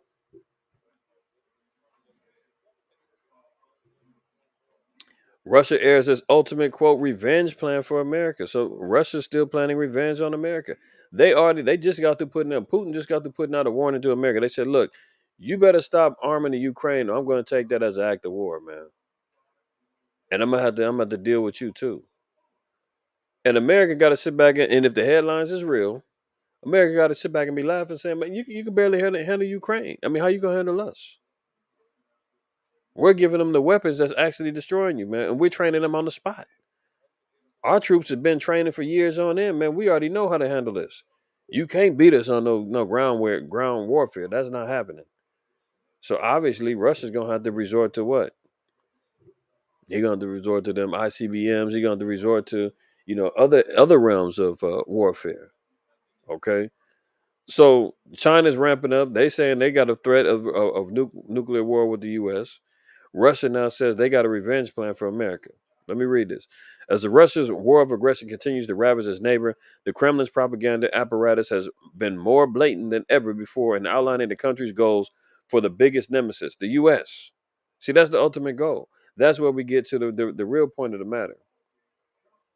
The U.S. has got to be involved with this particular war and destruction. Last week, the scriptures tell you over there in was it Revelation 17 about the nations going to war with the great whore. Let me see if I can find that real quick.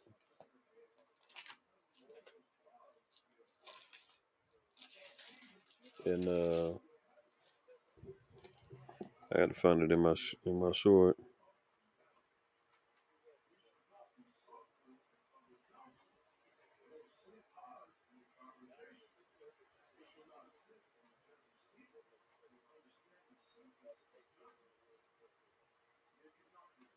Oh, never mind. I'm not gonna go there.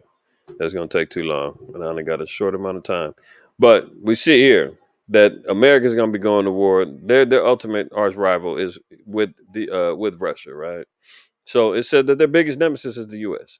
Reading on, it says last week, American intelligence officials reportedly assessed the Russian President Vladimir Putin may use the Biden administration's support for Ukraine as a pretext to order a new campaign to interfere in U.S. elections. Though AP reported that, quote, it is not yet clear which candidates Russia might try to promote or what methods it might use, Russian state media seem to be in agreement that former U.S. President Donald Trump remains Moscow's candidate of choice. You know that ain't happening. This is all BS propaganda. They talking about the real thing is about war. They talking about they gonna get revenge through politics. Give me a break. And trying to resurrect Donald Trump. The time is coming to again help our partner Trump to become president. State TV host Evgeny Popov recently declared on Thursday edition of the state television show the evening with Vladimir Soliev. Putin's pet pundits offered an update on plans for 2024. See, this is how you know this is all BS because at the same time, Trump ain't gonna be trying to run in 2024 with the backing of Russia. They talking about that's our friend. With Russia's reputation right now, Trump wouldn't stand a chance. So he's obviously gonna distance himself with that. But this is what they really talking about trying to get with a information war first. But they know their ultimate nemesis is the U.S. when it comes down to actual war. Because Putin said later on, I'm trying to see if I can't remember if I got the article. I think I do though, where he threatened and told the U.S. stop sending weapons to the Ukraine or it's going to be a problem. Biden administration to provide Ukraine with more intelligence and heavier weapons to fight Russia, so they not backing down. Biden keeps sending weapons over there. He's fighting Russia via proxy, man. He's using the Ukraine as his war machine, funding them, giving them the weapons, and saying, "Go do my bidding." Okay. The Biden administration is moving to significantly expand the intelligence. It is providing the Ukraine forces so they can target Moscow's military units in Russian occupied Donbass and Crimea, part of a shift in the U.S. support that also includes a new security assistance package with heavier weaponry. Down here it says they sent $800 million in additional weapons to Kyiv, including artillery, armored personnel carriers, and helicopters to help the Ukrainian forces hold off major Russian offensive in the eastern part of the country, expected to unfold in coming days. I don't think I got it on here, but let me just show y'all real quick.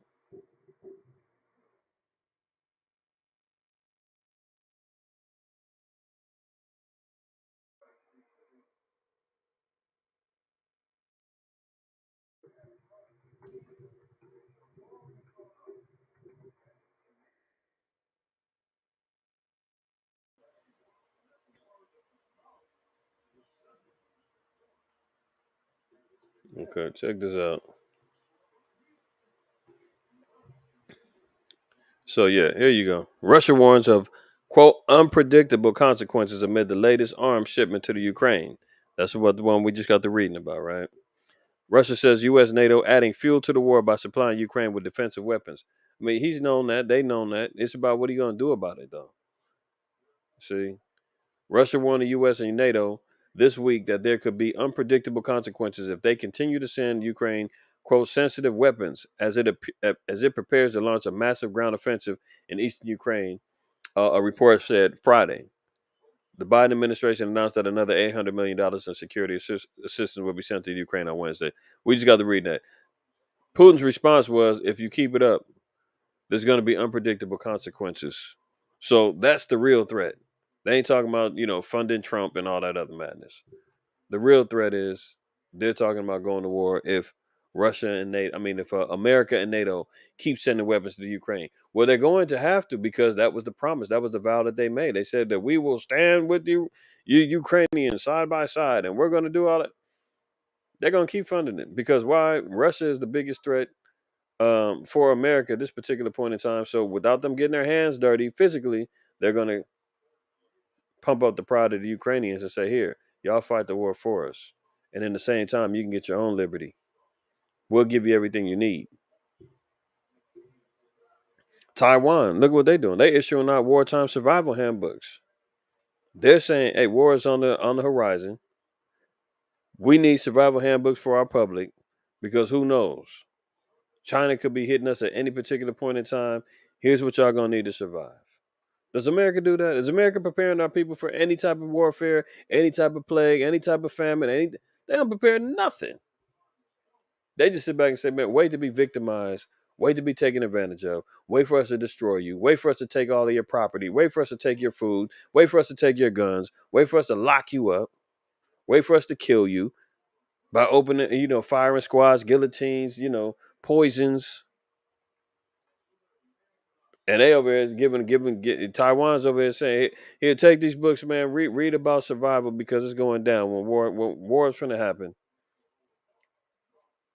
Look at this. Taiwan's military published a handbook on Tuesday advising civilians on how to prepare for a potential Chinese invasion, including where to find bomb shelters and how to stockpile emergency supplies.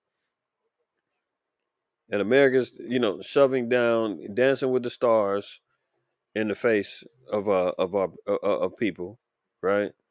They ain't preparing nothing. They want our people looking at the Grammys. They want our people getting completely distracted with who's gonna win the NBA championship. You happy baseball's back, you know. And over there in Taiwan, they say, hey, here, get these survival handbooks. This is where our minds need to be at. China's Communist Party has never controlled self-rule Taiwan, but it nonetheless views the island as part of its territory and has vowed to one day seize it by force if necessary. Those threats have turned more bellicose under Xi Jinping, China's most authoritarian leader in a generation. Russia's recent invasion of Ukraine has also heightened fears that China might one day follow through on threats to annex its smaller neighbor. 28-page contains guide contains information which, quote, the general public can use as an emergency response guideline in a military crisis or natural disaster. This is what they preparing for. After North Korea missile test, U.S. deploys nuclear power warship to the region. Do you see what's happening outside of our little bubble over here in America? Taiwan is handing out survival guides for wartime. North Korea did missile tests, and the U.S. is sending nuclear powered warships over to the region because the threat is that real. China's ramping up their nukes because they feel that the threat with America is real. Russia's saying, listen, if you keep funding and giving weapons to Ukraine, unpredictable consequences is on the table right now. Oh, China over there in Shanghai, they jumping out of balconies, they starving to death, they're revolting against the police, they getting quarantined and thrown in camps. And we ain't even talked about famine. We ain't even talked about inflation. We ain't even talked about the gas. We ain't even talked about, oh, we did. We talked about the plague that's running around here. We're talking about new discussions of new restrictions and things that's on the table to lock everybody back down again. We see I mean, there's a whole war against gender now. Not even now. That's been going on. They want to manifest this thing into real Sodom and Gomorrah, and our people are completely clueless to what's going on, or they're just in denial. Let's read on. Look, did we not talk about this? So I'm had to make sure I had to get an article, get some proof. We saw what the Cameroonians and the Nigerians was talking about, that they don't care about black people down at the border. The Ukrainians is getting carte blanche, fair treatment. You know, they telling them, "Hey, get out the way, man. White folks is here. We need them over here. There's a war going on in their country. We need to protect them first. You niggas and spicks to the back of the line. I don't care how long you've been waiting, how hungry you are. I don't care what you've been going through. Look what they're saying. Why not us, Latinos, stuck at Mexican border as Ukrainians enter the U.S.?" And if you notice, they're out here, and there is some 10 tribe, Latinos. They letting them through. They getting bussed out to over there in Texas, man. They busting them. They busting them to D.C. They like, y'all can't be here. We got a caravan of buses, man. It's gonna take you to D.C., man. Slow Biden and the rest of them love y'all so much. Here, they can deal with y'all. And they throwing them on buses, man, shipping them up there. Governor Abbott is shipping them up there. Some of them, and then the other ones has actually got the Ukrainians on there. But the way that the press puts it out there, they make it seem like all the immigrants that's coming over here is all Hispanics. No, the Ukrainians is the ones that's on these damn buses too. Thousands of Latino refugees arrive in Mexican city Tijuana each year, dreaming of one day crossing the border that separates them from the United States. But as Ukrainians who fled Russia's invasion have recently begun to cross the same frontier with little delay, that's what that Title 42 was about. Oh, we got to drop the vid restrictions, man. You know, our foreign Edomite Ukrainian cave dwellers are on their way. Let them through. Hispanics, they was running to the wall, running to the border, saying that means us too. Oh yeah, yeah, yeah. They finally dropped it. We're on our way in. And they said, "Oh no, not you, not you. You get back over there. You wetbacks, stay over there." Look at this. But as Ukrainians who fled Russia's invasion have recently begun to cross the same frontier with little delay, many Latinos stuck waiting for months are wondering why they are not being treated the same. Why do you think? Why do you think?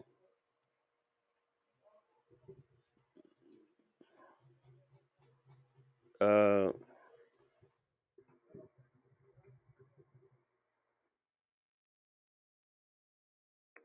uh, Psalm 83.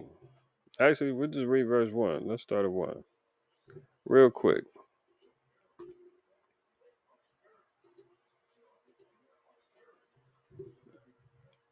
Only if they knew. Only if they read the scriptures, man. Psalms 83 and 1. A song or a psalm of Asaph. Keep not thou silence, O God. Hold not thy peace, and be not still, O God. For lo, thine enemies make a tumult, and they that hate thee have lifted up the head. They that hate thee have lifted up the head and said, "Oh, you no. You, yes." And they said back scratching their head saying, "Why? Why not us? How come we're not getting treated equal? Why? Because they've taken crafty counsel against thy people and consulted against thy hidden ones.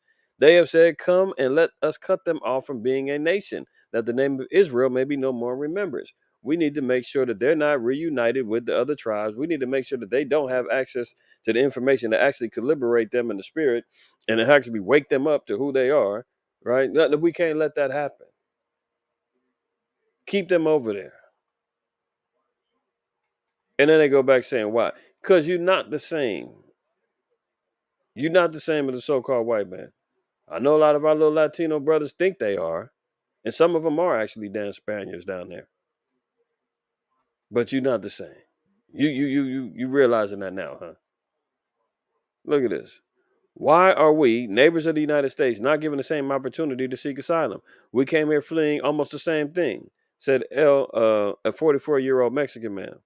Because of the war raging in their homeland, Ukrainians have been granted special humanitarian permission to enter the United States. Washington said last month it would take up to 100,000 refugees. Now that I guess they got to realize that you're not the same. Your plight, your struggle is not the same. Esau does not care about you dying over there in Mexico, Guatemala, El Salvador. He don't give a damn about you, going through any struggles in Venezuela. You can go ahead and die in his eyes.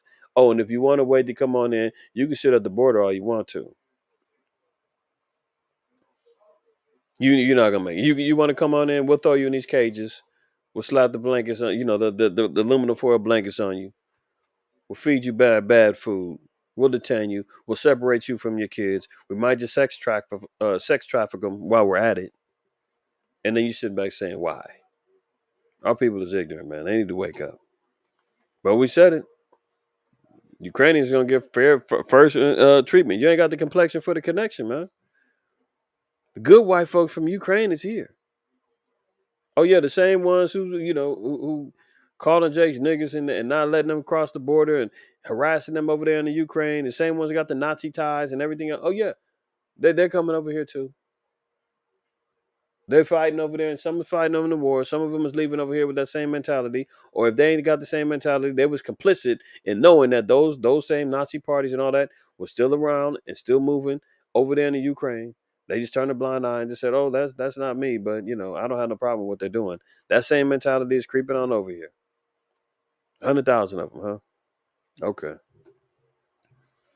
And meanwhile, this is going on. Cape Cod town is embroiled in a race row after a black boy, 15, is charged with a felony for attacking his white bully. Did you hear that? 15-year-old brother. He gets charged with a felony for attacking his white bully and breaking his collarbone after being repeatedly harassed with racial slurs and being told to go pick cotton. Raz Russell, a 15-year-old who attends the high school in the town of Sandwich, Massachusetts, allegedly began to fight another student after he'd been taunted for months. See, that's part of that stress. 15-year-old boy, man, constantly getting harassed, getting racially harassed, man. You getting called, go pick cotton. They was calling him nigga. They was tripping on him. I mean, Sandwich, Massachusetts, man, I defy you to find the odds of how many Jakes is over there. I never even heard of this place. And New England over there, they still got a lot of racism going on over there. A lot of Italians, a lot of Irish over there, you know, still holding on to that 13 colonization mentality. And here it is, brother, 15, man. Dare I find out what's the racial population in Sandwich, Massachusetts? Sandwich. Good Lord. Who's heard of this place?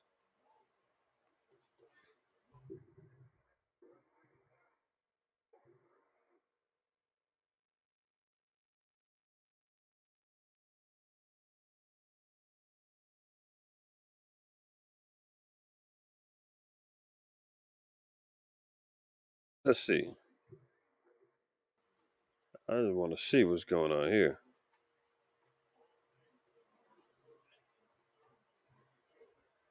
Sandwich, Massachusetts. Hold on. Get the map going, man.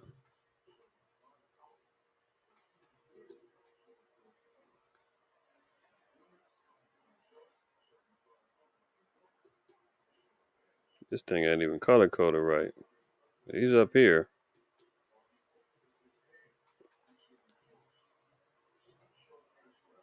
Oh, hold on. Is this saying what I think it's saying? I mean, the whole thing is blue. They saying blue is all white. Okay, maybe this ain't a good one. Let me see.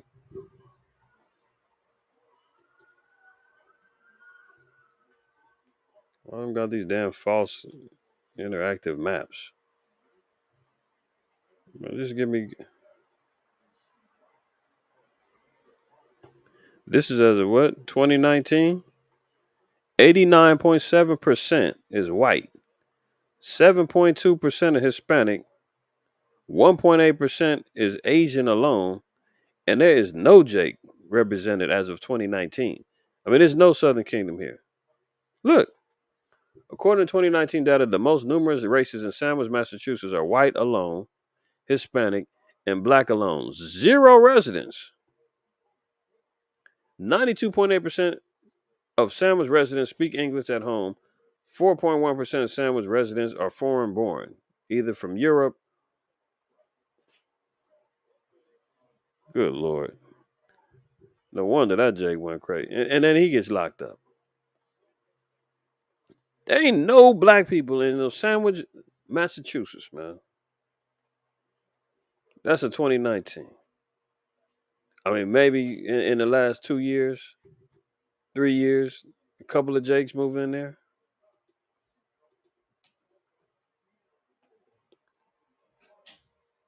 And then you wonder why he gets the felony slapped on him. Dare I say it again, Shaq, Zechariah 11:5.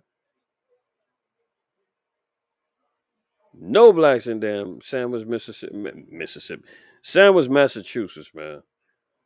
The boy got taunted for months. Finally went ahead and revolted back, man, struck back at his damn white bully. And because he broke his collarbone and probably beat his ass, he gets slapped with a felony. Unbelievable. Let's move on. The war next door, conflict in Mexico is displacing thousands. This is just more proof that there's a war in Mexico that's happening. It's being ignored. The Ukrainian war is being exalted and pumped up to say this is the only place that refugees can actually be escaping from that we'll accept. This is the only type of immigrants that we want. If it's white on white crime, hey, let's say them white folks that need to be that escape. If it's Hispanic on Hispanic crime, let them kill each other. That's just the bottom line. We see it here.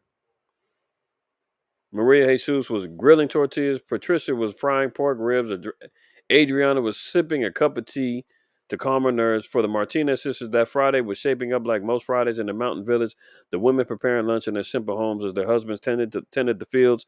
Then the woman's father, Javier, sent the urgent message that the Jalisco cartel had arrived. Our lives changed in a minute, said Maria Jesus. 31 gunmen and 4 armor-plated monster trucks have been spotted just across the valley. Javier told his children they grabbed their kids and ran. I mean, look, they're being tortured, man. They're being terrorized by the cartels over there. It's constant warfare going on between the cartels. People are being killed, slaughtered in the streets, man. Not only politicians, reporters, innocent people, the whole nine. And Americans sit back saying, oh, what's wrong with that? There's no war going on over there. And meanwhile, everybody knows that America is involved in that war. That's why they don't help. That's why they're not trying to do anything about it, is because America's got their hands in it too. Dating back to the 80s. Iran Contra, remember that? Nicaragua, Colombia, Mexico. I mean, they're all involved, man. In cahoots with the CIA in America. It's big business. So unless anybody don't think that there's injustice going on, look at it. Slow Biden administration will restart the sale of oil and gas leases on federal land. White House does a U-turn to try to control soaring gas prices and increases rates. Energy firms will pay the government. See that? This all goes back to the primaries. Remember, Slow Biden said he's going to be running around. He's not going to focus on legislation, but he wants to make everybody feel good again. So the all of them Republicans, man, has been running around here saying, man, if you just let the drilling companies get their permits and let them go back to drilling, we can have all kind of oil cracking out of America all day, and the gas, everything will go down. And they was holding on to that environmental policy. They wanted to hold on to the Green New Deal. They wanted to sit back and talk about, no, we got to get rid of fossil fuels. That's no good. But in typical white man fashion, fork tongue fashion, now he does a U-turn. Now he switched up all of a sudden. Well, what made him switch up? Is it just the gas prices, or is it because he wants to make sure that he gets some votes in the primaries? Because his approval rate right now is at an all-time low.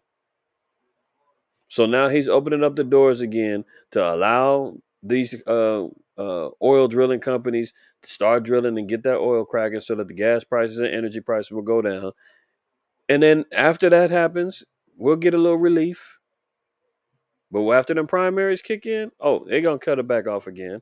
Why? Because they need to get that Green New Deal, that Great Reset. All that still got to go down. So he did it. The energy firms are gonna have to pay the government. They increased the royalties that they're gonna have to pay. So it's like, okay, you want to drill, go ahead, but you're gonna have to pay a little bit more for them leases. So they're gonna go ahead and do that. But this is just another example of flip flopping and lying by the so-called white man again. And you can say, well, he had to do something. Of course, he could have left it alone and could have let the oil king continually getting drilled up and stop worrying about windmills and all that other stuff. But he only did it out of necessity, man, because he know that vote is crucial. 29 injured in the Brooklyn subway shooting, undetonated device found. Everybody knows about this guy, man. Frank James. He had a bunch of rants on YouTube, I think on his Facebook page, man.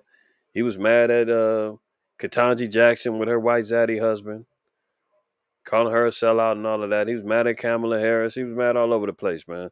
So the dude broadcast everything he was going through, said he wanted to kill people. I believe they said that he had I believe they said that the FBI knew about him and they let him go. Hold on, let me make sure.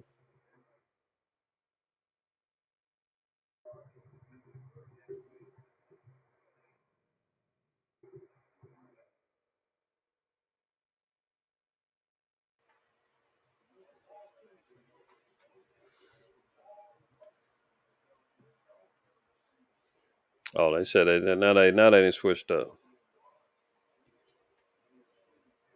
They talking about racist hate. I mean, he was killing everybody in that mug.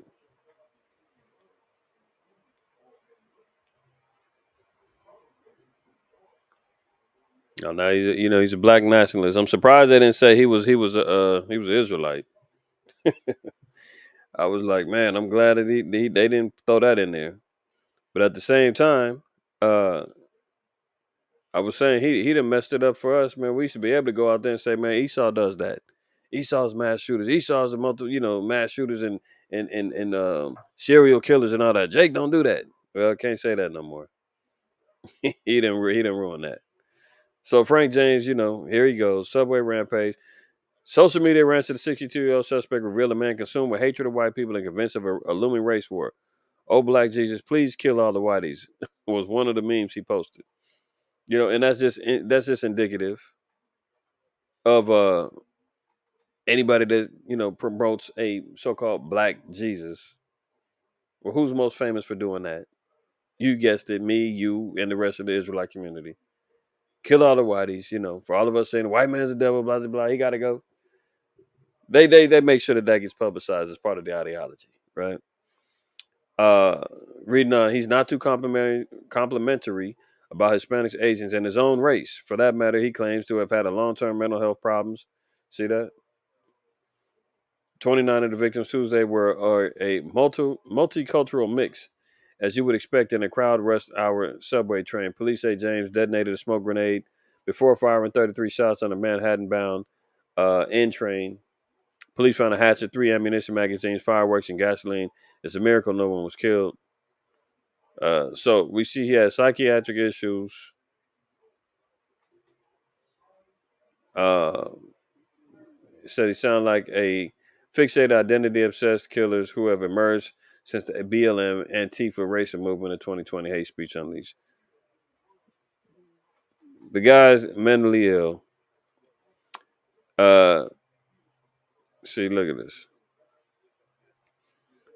Like Brooks Jr., who allegedly plowed his car into the Waukesha Christmas parade last November, and Noah Green and the Nation of Islam adherent who rammed Capitol Police last April in a quickly memory hold attack. James espoused the rancid racist ideology of black supremacy, once known officially as Black Identity Extremism, which we have assured by the FBI and other legal experts doesn't exist. It doesn't exist. They made this crap up, right? But this is what we've seen it in their own documents saying that was a real thing that they were trying to do. They're talking about it doesn't exist. We don't categorize people like that. So here he is. Nation of Islam, Black Panthers, Black Liberation Army, BLM, all of them. Yeah, let them take the rap on this one, not us. Okay, but we see what happened with him.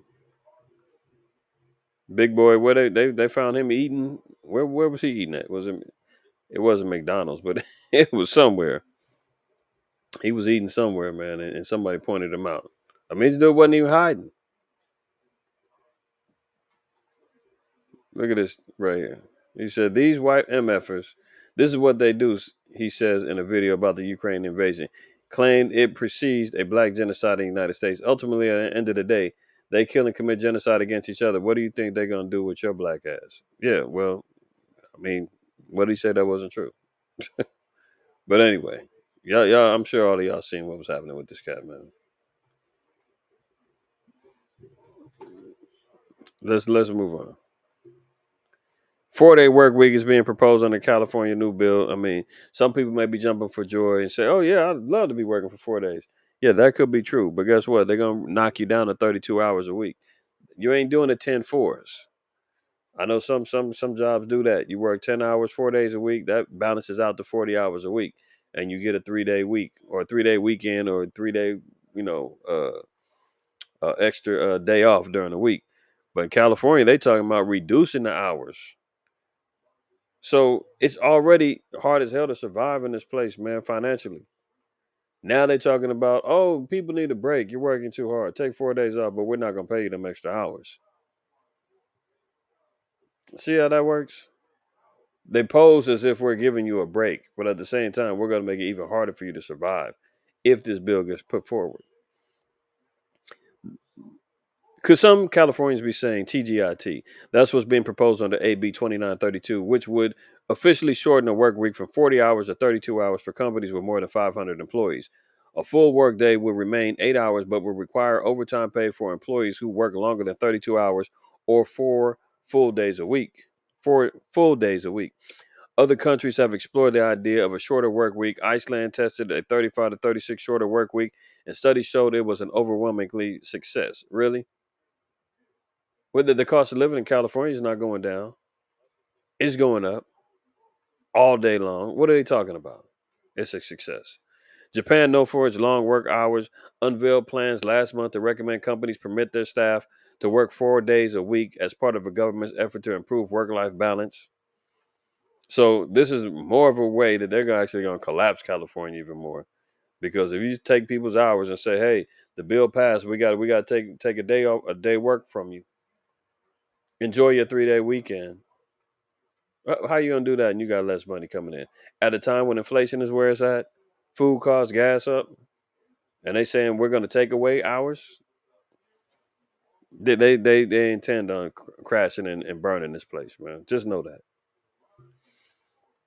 Meta Your Maker. Metaverse experts reveal if you can murder someone in the virtual world and whether you can be punished if you're violent. I mean, this is getting real ridiculous. The metaverse is out here talking about, can you kill on there? They're already talking about women getting assaulted and rape cases and molestations going on in this damn metaverse, man. Now they're talking about, how do you deal with if somebody gets put to death? You murder somebody. Can we prosecute them in real life? Or can we prosecute them in the metaverse? I mean, give me a break, man. Murder in the metaverse isn't a 25 to life prison sentence or even a felony, but if it could be a crime, some law experts believe. The Sun spoke to two lawyers who have written about crime in the metaverse and a former Manhattan prosecutor turned law professor about violence in the virtual world and if they can be prosecuted. Two of the three experts said violent crimes like murder, rape, or assault in the metaverse can arguably be speech related charges like menacing, harassment, or stalking. Did you hear that? So they're trying to correlate that with hate speech, any of those things that can get you canceled, threats, all that other stuff. Now, if you commit, I mean, why then just turn off the damn video games then. Modern Warfare and all them other damn, what's the name of them other games? They got, what's the name of that? All them damn shoot 'em up, kill 'em games and all of that. The one where they do the carjackings, I can't even think of it. Damn. Uh, I, I'm drawing a complete blank. But I mean, we just talking about games that people are getting killed on. Why not just go that far then? Only the metaverse is real. I mean, you got these games that's interactive. You got these cats on headphones and on the internet playing with each other and shooting each other and doing all that. Why is that? How is that not considered the same thing? This is how foolish this stuff is going. Grand Theft Auto, throw out a there you go. I could not remember that damn thing for nothing, man. Yeah, Grand Theft Auto, Fortnite, all of them. They lining up. I mean, the more gruesome, the better. There's a game my son got called Chivalry, and they in there, man, chopping heads off, man, axes and swords and spears and crossbows and you name it. And he be thinking it's dark ages, so he he gets his all his men dark skin, throws armor on him. It's actually pretty tight how he got it, but you know they talking about in the day. Can we actually prosecute people for doing this? Talking about they're written to protect real living people. I mean, give me a break, man. Esau is so damn crazy. You see, Biden's approval rating is down to 33%. This is why he's going to do everything and anything, man, to try to get his approval ratings back up for this primary. So don't be surprised if something goes down and these gas cars get approved, or some sort of stimulus comes out of nowhere, or the oil drilling actually is success and drops down, the food prices, actually he's going to do everything that he can, man. He's going to hold off the mask mandates, everything he can to try to get them numbers back up. Because if he loses this and the Republicans get back a hold of the House, it's a wrap. Democrats is finished. 2024 election is already lined up for the next Republican to kick back in. I mean, it's a wrap, man. And the dude's done a horrible job up until now. So, hey, man, let this thing crash and burn. Whatever. Russia threatens a new nuclear deployments as Sweden and Finland join NATO. I mean, there you go. More nuke talk. Sweden and Finland both said that they joined NATO. That becomes a threat because these are neighboring countries to Russia. See, so Russia says a nuclear-free Baltic region will no longer be possible if Finland and Sweden become NATO members, alluding to additional nuclear deployments in Europe. If Sweden and Finland join NATO, the length of the alliance's land borders with the Russian Federation will more than double. Naturally, these borders will have to be strengthened. Dmitry Medvedev, former president and deputy chairman of Russia's Security Council, wrote on his official Telegram channel Thursday. Russia will have to seriously strengthen the grouping of land, air forces, and defense, deploy significant naval forces in the waters of the Gulf of Finland. In this case, it will no longer be possible to talk about any nuclear-free status of the Baltic to the balance must be restored. Both of them countries said that they was in. They was going to they joined NATO. So now Russia said, well, we're going to have to step up the game with the nuclear deployments because this is only going to expand enemy territory. So more nuke talk. Here we go. Uh, Eric Adams is stating the obvious. The mayor over there. Where are all those who said Black Lives Matter? NYC Mayor Eric Adams, black activist, for failing to act after another night of bloodshed in the city, as 2 die and 13 more are wounded in shootings. New York is getting turned upside down, man. They wilding out over there, man. I'm seeing these kids, man, over there, beating people upside the head with damn hammers for no reason. People getting pushed off into the train tracks, rapes in broad daylight, shootouts. They going wild over there. And here we're seeing people getting killed, gang violence, all this other stuff happening over there. And the mayor pops out and says, "Where's Black Lives Matter at when you need them?" Maybe they in bed with each other, man. Maybe the Dykes is all laid up, in a $6 million house that they bought with donated money. I mean, they fighting off their own scandals right now, man. You haven't figured that out, Eric Adams? That was a bogus, corrupt, uh, fake activist, fake woke organization that was only funded when it comes down to election times. They really motivating that was all political propaganda, man. You ain't figured that out yet. I mean, but you stating the obvious. Black lives don't matter because them black women in there is all damn dykes and goofballs and don't care about black lives. What are you talking about? Where's Black Lives Matter at, man? Tell us something we don't know. Y'all heard about that? They got caught up again. The one sister, she stepped down because she got caught up with the two point, I think it was a million or $2 million worth of property she bought. She had to step down. Now they got caught again. Spent 6 million. Black Lives Matter purchased $6 million property with donation money, and they was talking about, oh, that was going to be used for as a center, a house. And now they talking about, oh, we need more transparency. We're gonna do better when we with the money we get. It's too late. Okay, it's too late. BLM defends the purchase of $6 million California home with the donations. Yeah, please. And you saying where's Black Lives Matter at, man? They over here spending up that money. Unbelievable. Well, there you have it, y'all. There you have it. Another one in the books. Another one in the books, man. All praise, honor, glory to the Most High, while you have a shot, man. Hopefully, everybody got some edification, man. Some information to grow on and to feed on the Shabbat, man. Uh, everybody good, man. Let me catch up on this chat a little bit.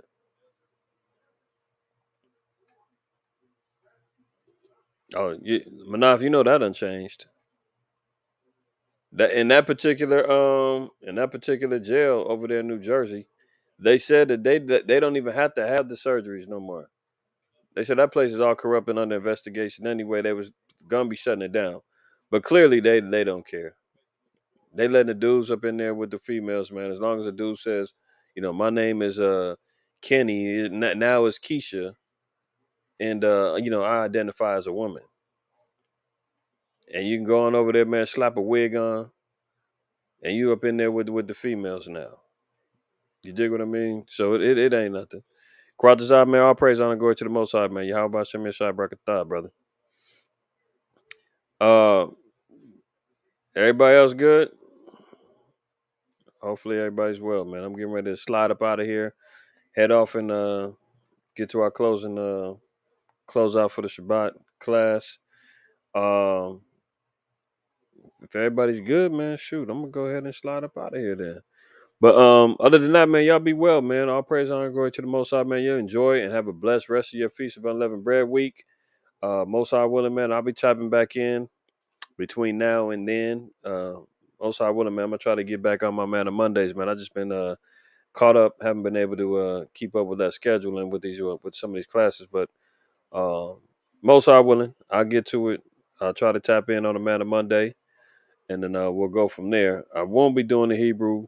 What is it? Hump Day, Wednesday. We'll be prepping to close out Passover.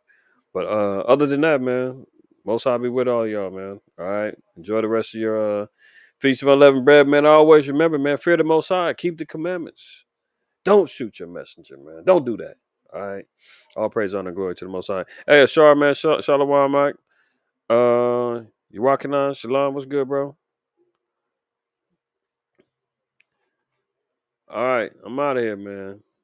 All right. Love y'all. See y'all.